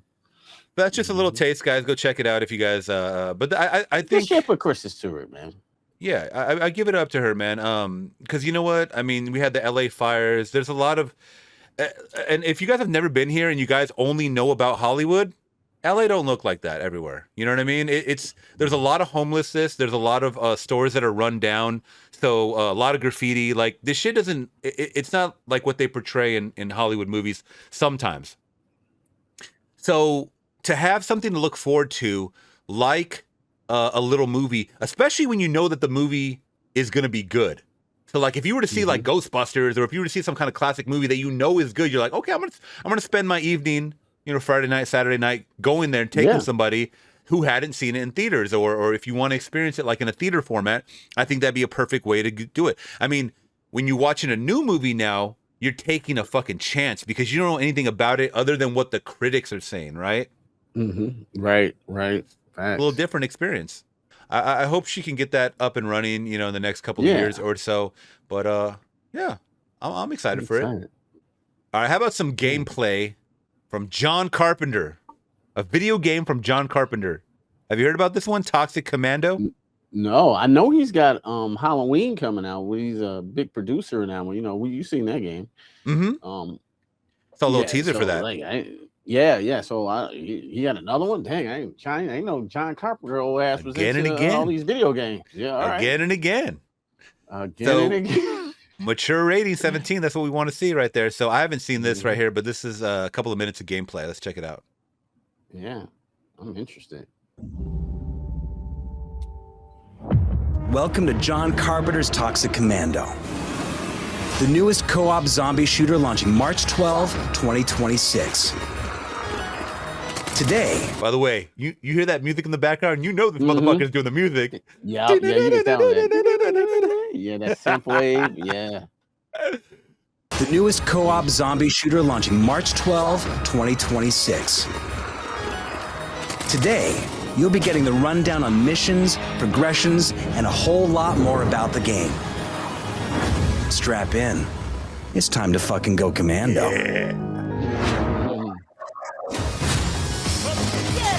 Toxic Commando is a 4-player co-op action survival game where the world's going to hell and mutants are everywhere. Oh man, I'm in trouble. Get your crew together and play as Walter, Kato, Ruby, and Astrid. Bro, this is Omari Hardwick. That was Omari Hardwick, bro. Yep, that's motherfucking Ghost, bro. Kato. Oh, his name Kato. Damn, he needs some work, bro. What do you think? How does the motion capture look? Because you're someone that deals with motion capture and AI all the time, man. Yeah, look, it's fine. Nothing's really blowing me out of the water. Motion capture nowadays, you be able to catch a real moment from anything. But these graphics and this gameplay don't look like it's gonna be. It looks very I don't know, just underwhelming, bland. Yeah, underwhelming a little bit so far. It could be fun though. It could be fun. Okay, it could be fun. Ruby and Astrid, a bunch of criminals hired to clean up this mess and maybe save humanity while they're at it. You'll blast through multiple missions, each in a semi-open world packed with zombie heads to blow off. Get ready to face hordes of those sludge bastards. Fuck off over there. Saber Interactive Swarm technology throws hundreds upon hundreds of real enemies at you simultaneously. We're talking endless waves of zombies running straight at your face. Adapt fast, work with your team, or just grab a machete and charge into the horde like the maniac you are. In Toxic Commando, every mission starts with a badass vehicle, and you'll need it to navigate these infected hellscapes. Each has its perks. Stuck in blood and guts-filled mud with more zombies closing in? Jack a ride with a winch to pull yourselves free. What the fuck? And crack open lock containers loaded with... Is that common in games for them to use like the elements of like you're stuck in the mud and they have to pull you out? No, I never seen nothing like that. I've never seen that too. It's kind of creative. Mm-hmm. That's weird. That's interesting. Yeah, that's dope. Yeah, you're getting stuck and they gotta pull you out. Imagine like your car battery dies. I need you to jump my car, please. Doing the zombie thing, yeah. Red cable, black cable. Yeah. You put them incorrectly. That's like, you gotta try again. Open locked containers loaded with ammo, weapons, spare parts, and fuel. Teams bleeding out. An ambulance is your savior and heals everyone. Check your map for available rides and switch whenever you find something better. Here we go. We've got all the toys you'll need to blast these monsters back to hell. Pick your primary from 16 weapon types. Shotguns, SMGs, sniper rifles, you name it. Secondary weapons like pistols back you up when you're running dry. When you're looking for brutal, bloody takedowns, melee weapons are your friends. Machetes, crowbars, all kinds of good shit. Now this is action. The really devastating gear like heavy machine guns and grenade launchers are hidden in missions. Explore and exchange spare parts to unlock them. Finders, takers. That's what we need. Choose a kick-ass ability for even more blood and explosions. Dominate in your own style by choosing among 4 unique classes. Strike for aggressive mayhem. Medic to keep everyone breathing. Operator for drone warfare and tech. Getting my drone loose. Or Defender to be an unstoppable wall. Fence is activated. Stack your squad however you want. Run 4 strikes if that's your vibe. This game is built from the ground up for 4-player chaos. Use matchmaking or grab your friends in a private lobby. With crossplay, anyone can join from any platform. One last piece of advice, if you want to play Lone Wolf, you'll get swarmed fast. So rally your team, gear the hell up, and get ready for non-stop co-op zombie destruction. Mark your calendars. March 12, 2026 is Commando time. Oh, damn. Okay. All right. You know, a lot of people are going to be playing Commando, too, since they're just going to be inside just butt naked. All right. Right. There we go. I mean, Yeah. what do we think? Why do they, is this still I got to ask you, is this still a topic of conversation where they, I guess in this type of, ever since Aliens came out with James Cameron, they got to have the. in the future, Yeah, have tattoos and talk like this and smoke cigarettes. Yeah. and we're going to hide their is that what's happening? Like, I'm not trying to sound crude. I'm just, this is what I've noticed that the That's You know- true. That's true. It was to the point. I guess they stopped over sexualizing women in games because, like, there yeah. were some games, these games called Dead or Alive, and like their Uh-huh. titties used to just bounce all over the place. So it was a fighting game. Their titties used to be like, they used to wear Hey. bikinis, but little boys loved it, bro. You know what I'm saying? Like, Ain't nothing wrong with that. I mean, there's a reason why they love it. yeah, so Mortal Kombat started doing it too, and started making their girls, more sexier and voluptuous. And then Right. I guess somebody complained, so then they like put them all in, just regular, non-sexual suits where they don't show titties or breasts. And Right, then right. you got the and the machine gun. That's what I'm That's saying. a Like, whole other stereotype. Yeah. and that's fine, guys. I mean, if you want to, I'm fine with the whole, women can play video games. I know there's like that whole classic meme of like women can't play video games and yada yada. I've seen some women that are really good at playing video games. Like, I mean, they score really high. They're very good at what I don't even know. I don't even want to use technical jargon because I'm not part of that world anymore. Like, I haven't played video games since Super Nintendo, bro. You know what I mean? So, yeah. but I will say this: if I was a child and a girl next to me grabbed, the controller, I wouldn't have a fucking problem with it. As long as she could carry, as long as she was good and she could hang, then that's fine. Then what's the problem? I don't understand it. But I know online it's a whole different world when they find out you're a woman playing video games. Damn, I didn't know. I just thought, Yeah. women play video games. When I was coming up, they all No, kind of bro. played. No, it's a toxic culture. It is a toxic culture. Oh, damn. Yeah. Like my wife still plays The Sims. I don't know, but that's exactly a video game. No, I'm just. I mean, I'm talking just more kidding. like the Call of Duty games and stuff like that. Yeah, you know what I'm the more saying? competitive. Yeah, Right, I know right, what you're right. saying. Mm-hmm. Yeah, I know it's a big thing. I mean, you guys let us know in the chat. Is it still a big thing? I'm pretty sure. And I know they were rallying for a long time to desexualize, I guess, women as far as not having their breast out so exposed. But now they've kind of gotten like a whole different direction of like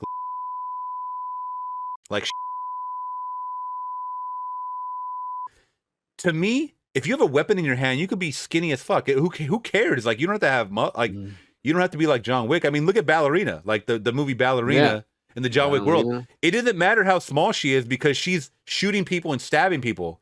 That's how you that's how you get around the muscular part. You don't have to be even John Wick himself is not even that muscular. No. He's pretty thin, right? Yeah, he's just a badass. He's like a badass, just like Ripley from Aliens. She wasn't all buff and shit. She was just Ripley, son. Yeah, exactly. Everybody thinks that you have to be running around like who's that guy, Jack Reacher, or that new guy, the new Reacher? Oh yeah, Jack Reacher. Yeah, everybody thinks you got to be a fucking the Hulkster walking around like just throwing people around. Like he should play Batman. That's what everybody say. And people are watching him like that's realistic. I can see that happening. Like, what do you mean realistic? You think those guys grow on trees or what? Those guys ain't around everywhere.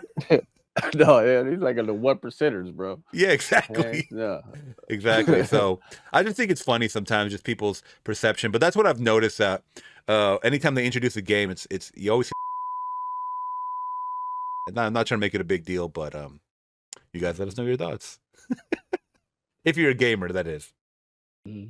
So, all right, next up, we got a crazy one, man. This just came out. So there's a 17-year-old Florida teen who's facing felony charges after allegedly, intentionally setting his friend on fire. All right, so this is great stuff right here. Brady Ming, 17, is facing felony aggravated battery charge. So I could show this video because they blurred it out, I believe. I'm just gonna show it, bro. I mean, we live in the days of Jackass and stuff like that, or we grew up on Jackass, so we kind of know what to see. But this was fucking crazy because that's the one thing. Even if you're gonna fuck around and you guys are drunk or whatever it is, and you guys are just trying to do pranks or whatever, do not mess around with fire. Why do people always mess around with fire? Like, it's unpredictable, dude. Like, stop it. Yeah. Sorry, Brady. I'm sorry. Oh my God. You want to be on fire? He wants to see some more. He wants a real scene. He wants a real scene. Oh my God. The fuck, bro? Oh my God. And there's a lake, luckily, right there. Oh no, he's fucked up, bro. That's not funny. Dude. Put it out. That's not funny. Oh my God, dude. What's funny about that thing? Dude, get in the water. Okay, so they blurred them all out because they blurred them all out because they're minors and there's a lot of damage done. So despite him walking out like this, he got fucked up. Q. He got really fucked up. I mean, you saw how long he was like on fire for like 10 seconds.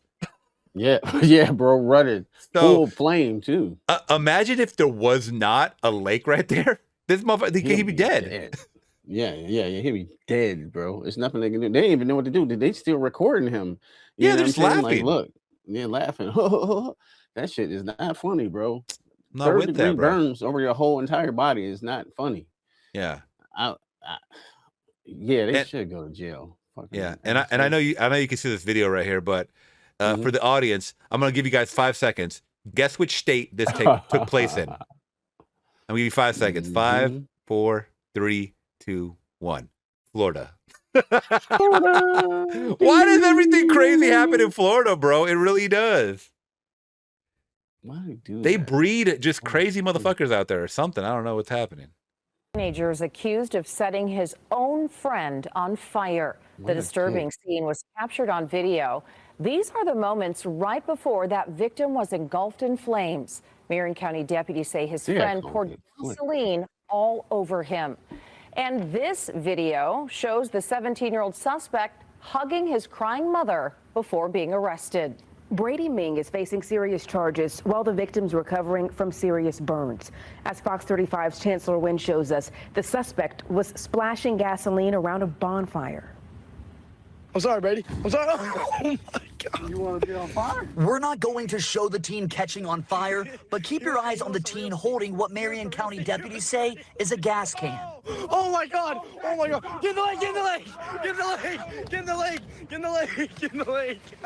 Skin burns instantly at 100 degrees, and when gasoline burns at 1,400 degrees up to 1,700 degrees, you're talking 10 times higher. than what the skin can handle for instant burns. So it's a truly devastating injury. For about 10 seconds, the teen burned before jumping into Lake Kerr. Get in the water. Court documents state the teen is suffering second-degree burns on his hand and lower body, as well as deep, full-thickness burns on both legs. The nerves might actually be burnt at that point. The one thing about that type of injury, though, is that the body's not going to heal itself, and it needs surgical help. Skin grafts. Lieutenant Dave Williams with the Seminole County Fire. Now, why would you do this to a friend? I don't know. That was stupid, you know. And then he's just like laughing at him on fire and shit. Like, what? That's what pissed me off. Like, why is that funny, bro? His friend is never gonna look the same. Like he said, on his right hand and his right leg. So that means he's gonna have a bunch of skin grafts, which even after they try to make it look as normal as possible, it does not look it looks like Freddy Krueger's chewed up skin. Yep, I got a 3rd-degree burn on my foot. Yeah, some girl lit. I told you probably this. She lit a jumping jack. You know, those jumping jacks. No, what is that? You know, like a jumping jack. They spin around like. I know you've seen those before, right? Okay, maybe like, and they change color. You know, they kind of spin like this on the ground, and you know. But anyway, this girl, we're lighting fireworks. I lighting some skyrockets. So she put a jumping jack in my shoe and lit it. And the hole was down, so it literally just burned the hole straight through my foot. Like, oh my god, it was bad. It was bad. I still got the scar now. Yeah, it didn't never go away.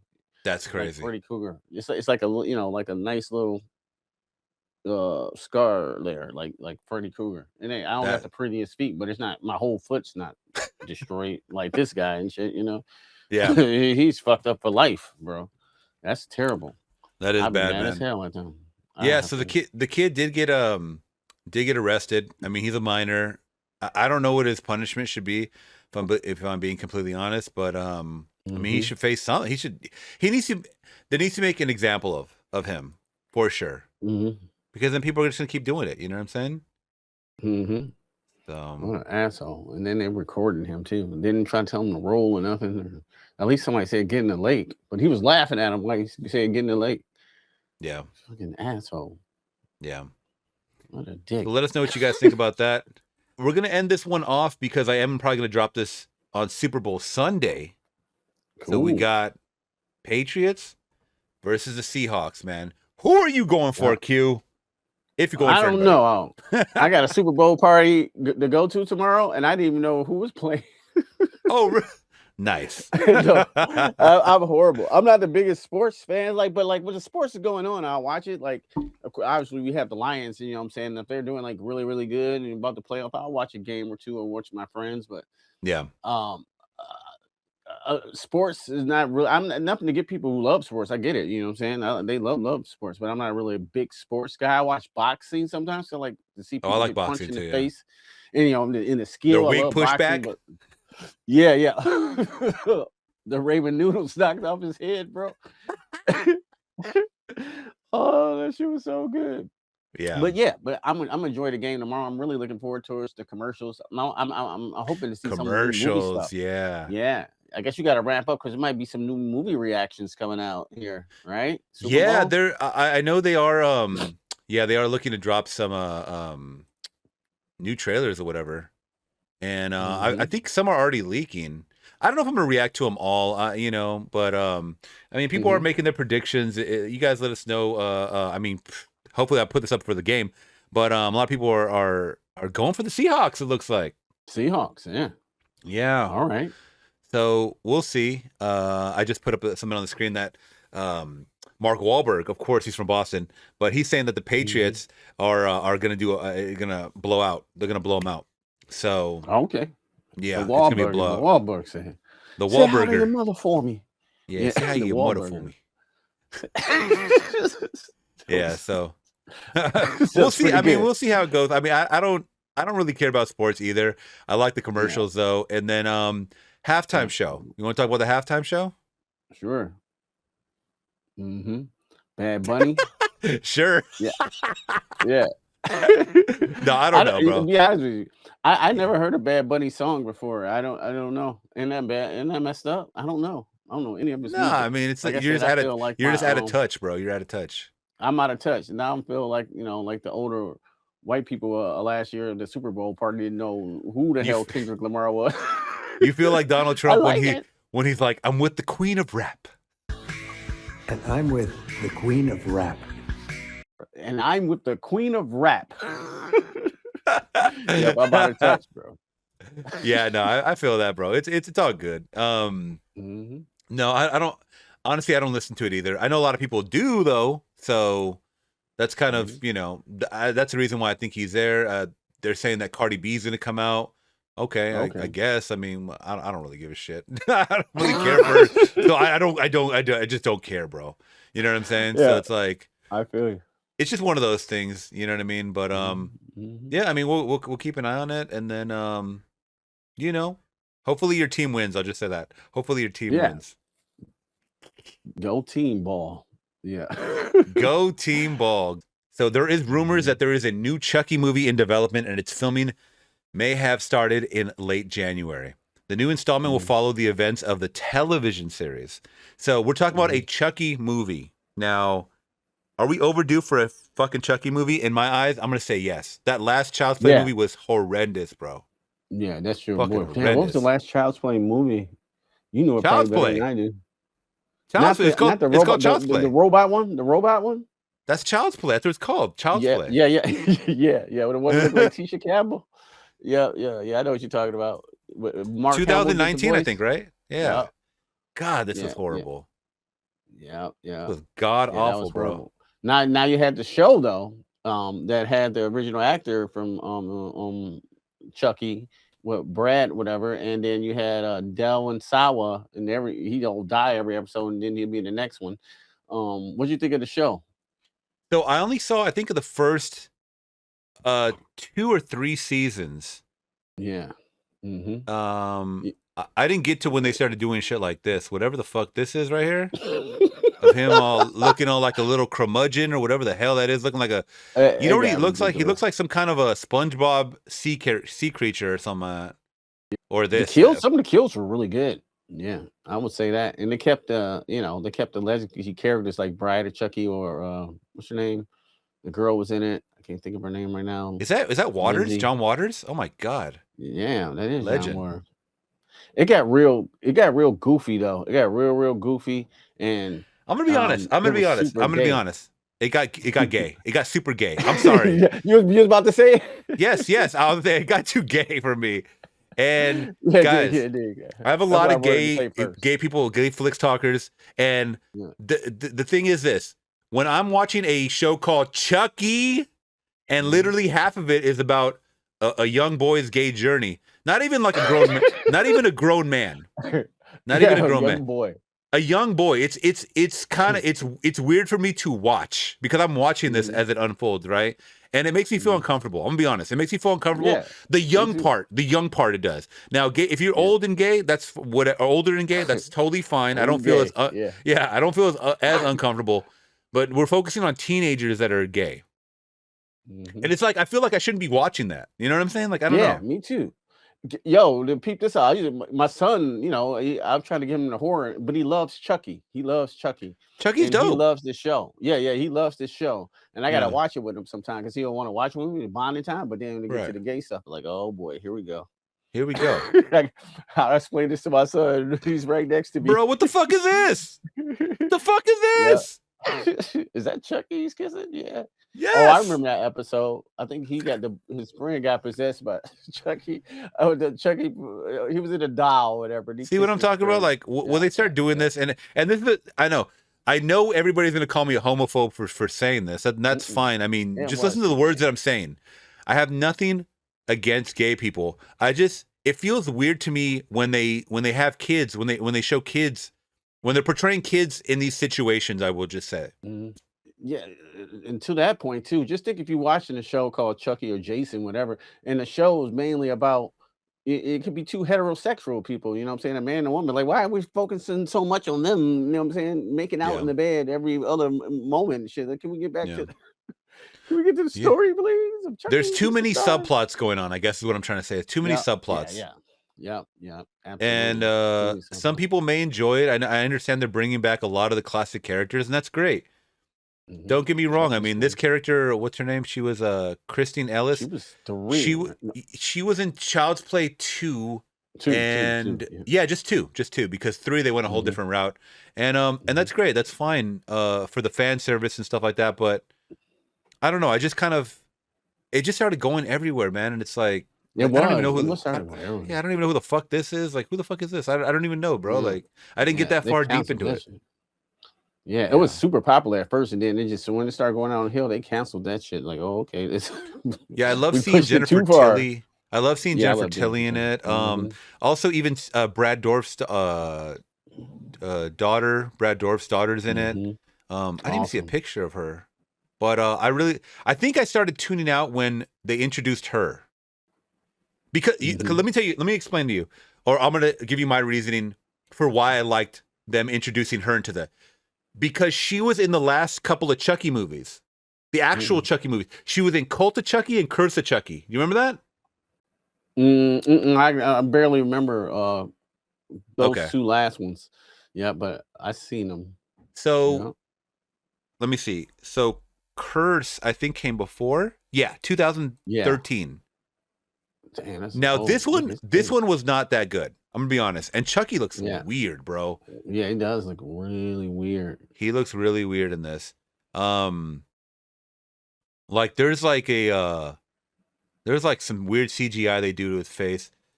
But I liked her.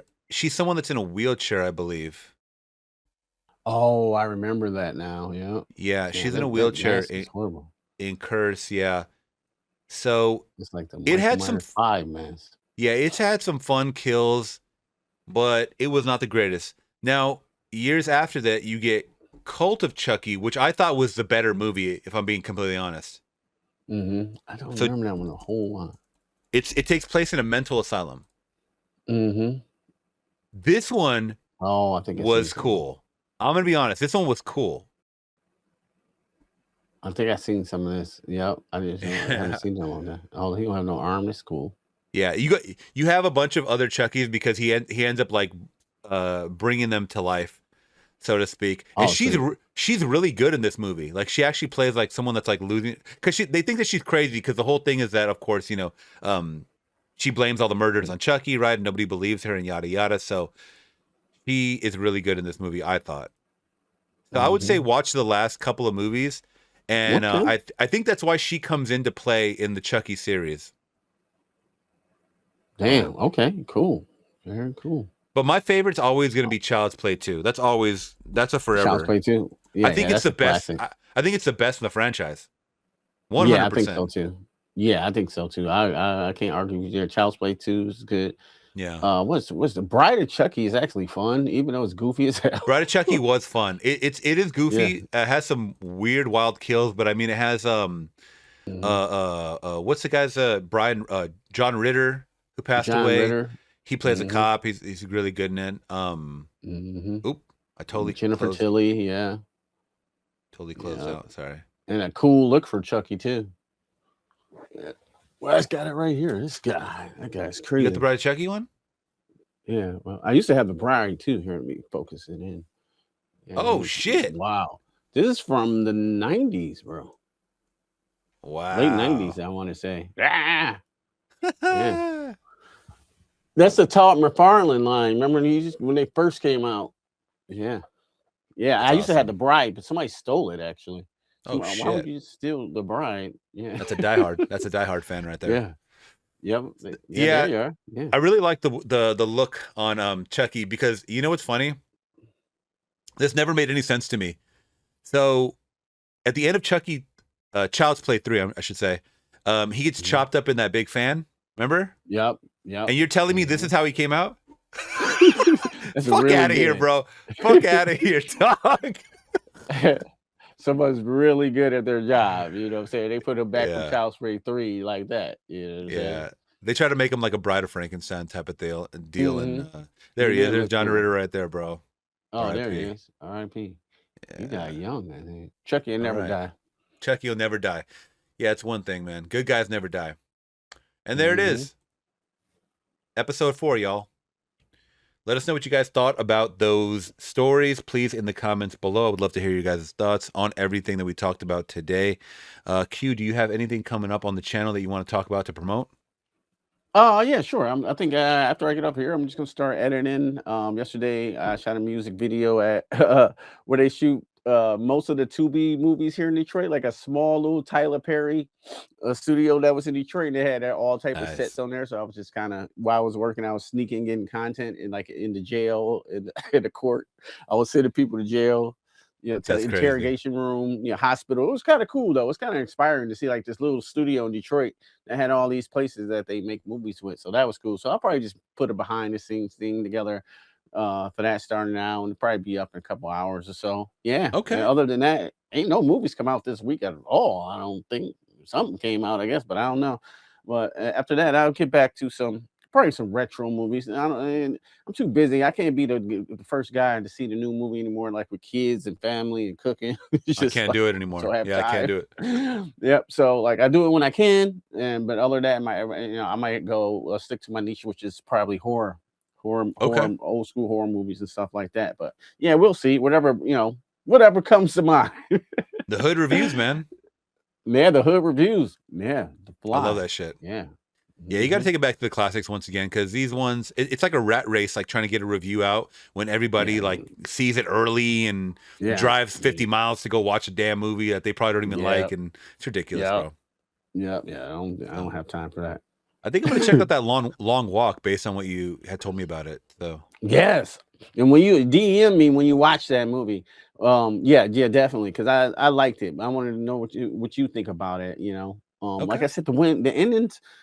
I don't know. I kind of liked it, but like I don't know. I see why people wouldn't. But the rest of the movie fire all the way through to me. Yeah, yeah. I'll definitely check that one out, man. As far as I'm finalizing the Hand That Rocks the Cradle, my reaction on it, so that should be up this weekend, and then probably more Twilight Zone episodes, bro. Like, I mean, God willing that they don't fucking shut it down like they always do, and we just keep it pushing, bro. Oh, actually, I was thinking about watching Pretty Woman from I think it's 1990 for Valentine's Day. I don't know if it's a Valentine's Day movie because isn't she like a prostitute? Yeah, she's definitely. You never seen Pretty Woman? Never seen it. Really? Yeah. Pretty woman walking down the street. I know the song. That's it. Yeah. She's a prostitute whore, and then Richard Simmons, whatever his name is, Richard Simmons saves him. Is it Richard Simmons in that movie? No, not Richard Simmons. Say, damn! I thought that fool was gay. What the fuck? I'm gonna save you, girl. No, I'm messing up the name. The gray hair guy. Yeah. Simmons. I can't think of his name. I don't know. Right Gene now. Simmons. That's all I know. Gene Simmons and Richard Julia Gere. Roberts. Richard Gere. Yeah. Richard Gere. Oh, that's what I was man. trying to say. Gene Simmons and Julia Roberts. That'd be a movie. That'd be crazy. Yeah. I'd buy that for $1. Oh yeah. So I think I'm gonna watch that and possibly put it out because I was like looking up movies for Valentine's Day possibly, and I've seen most of them. Everybody always goes to The Notebook, and it's like I've seen that one already. So you know, Sleepless in Seattle, and what is it? When Harry Met Sally. I've done all that already. So it's like I wanted to try something different. I was like, that one I haven't seen, and I've been wanting to watch it for years. So I think I'm going to tackle that one this weekend as well, and try to put it out next week. So there we go. So there it is, guys.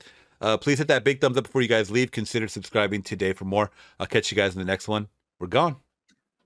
Peace.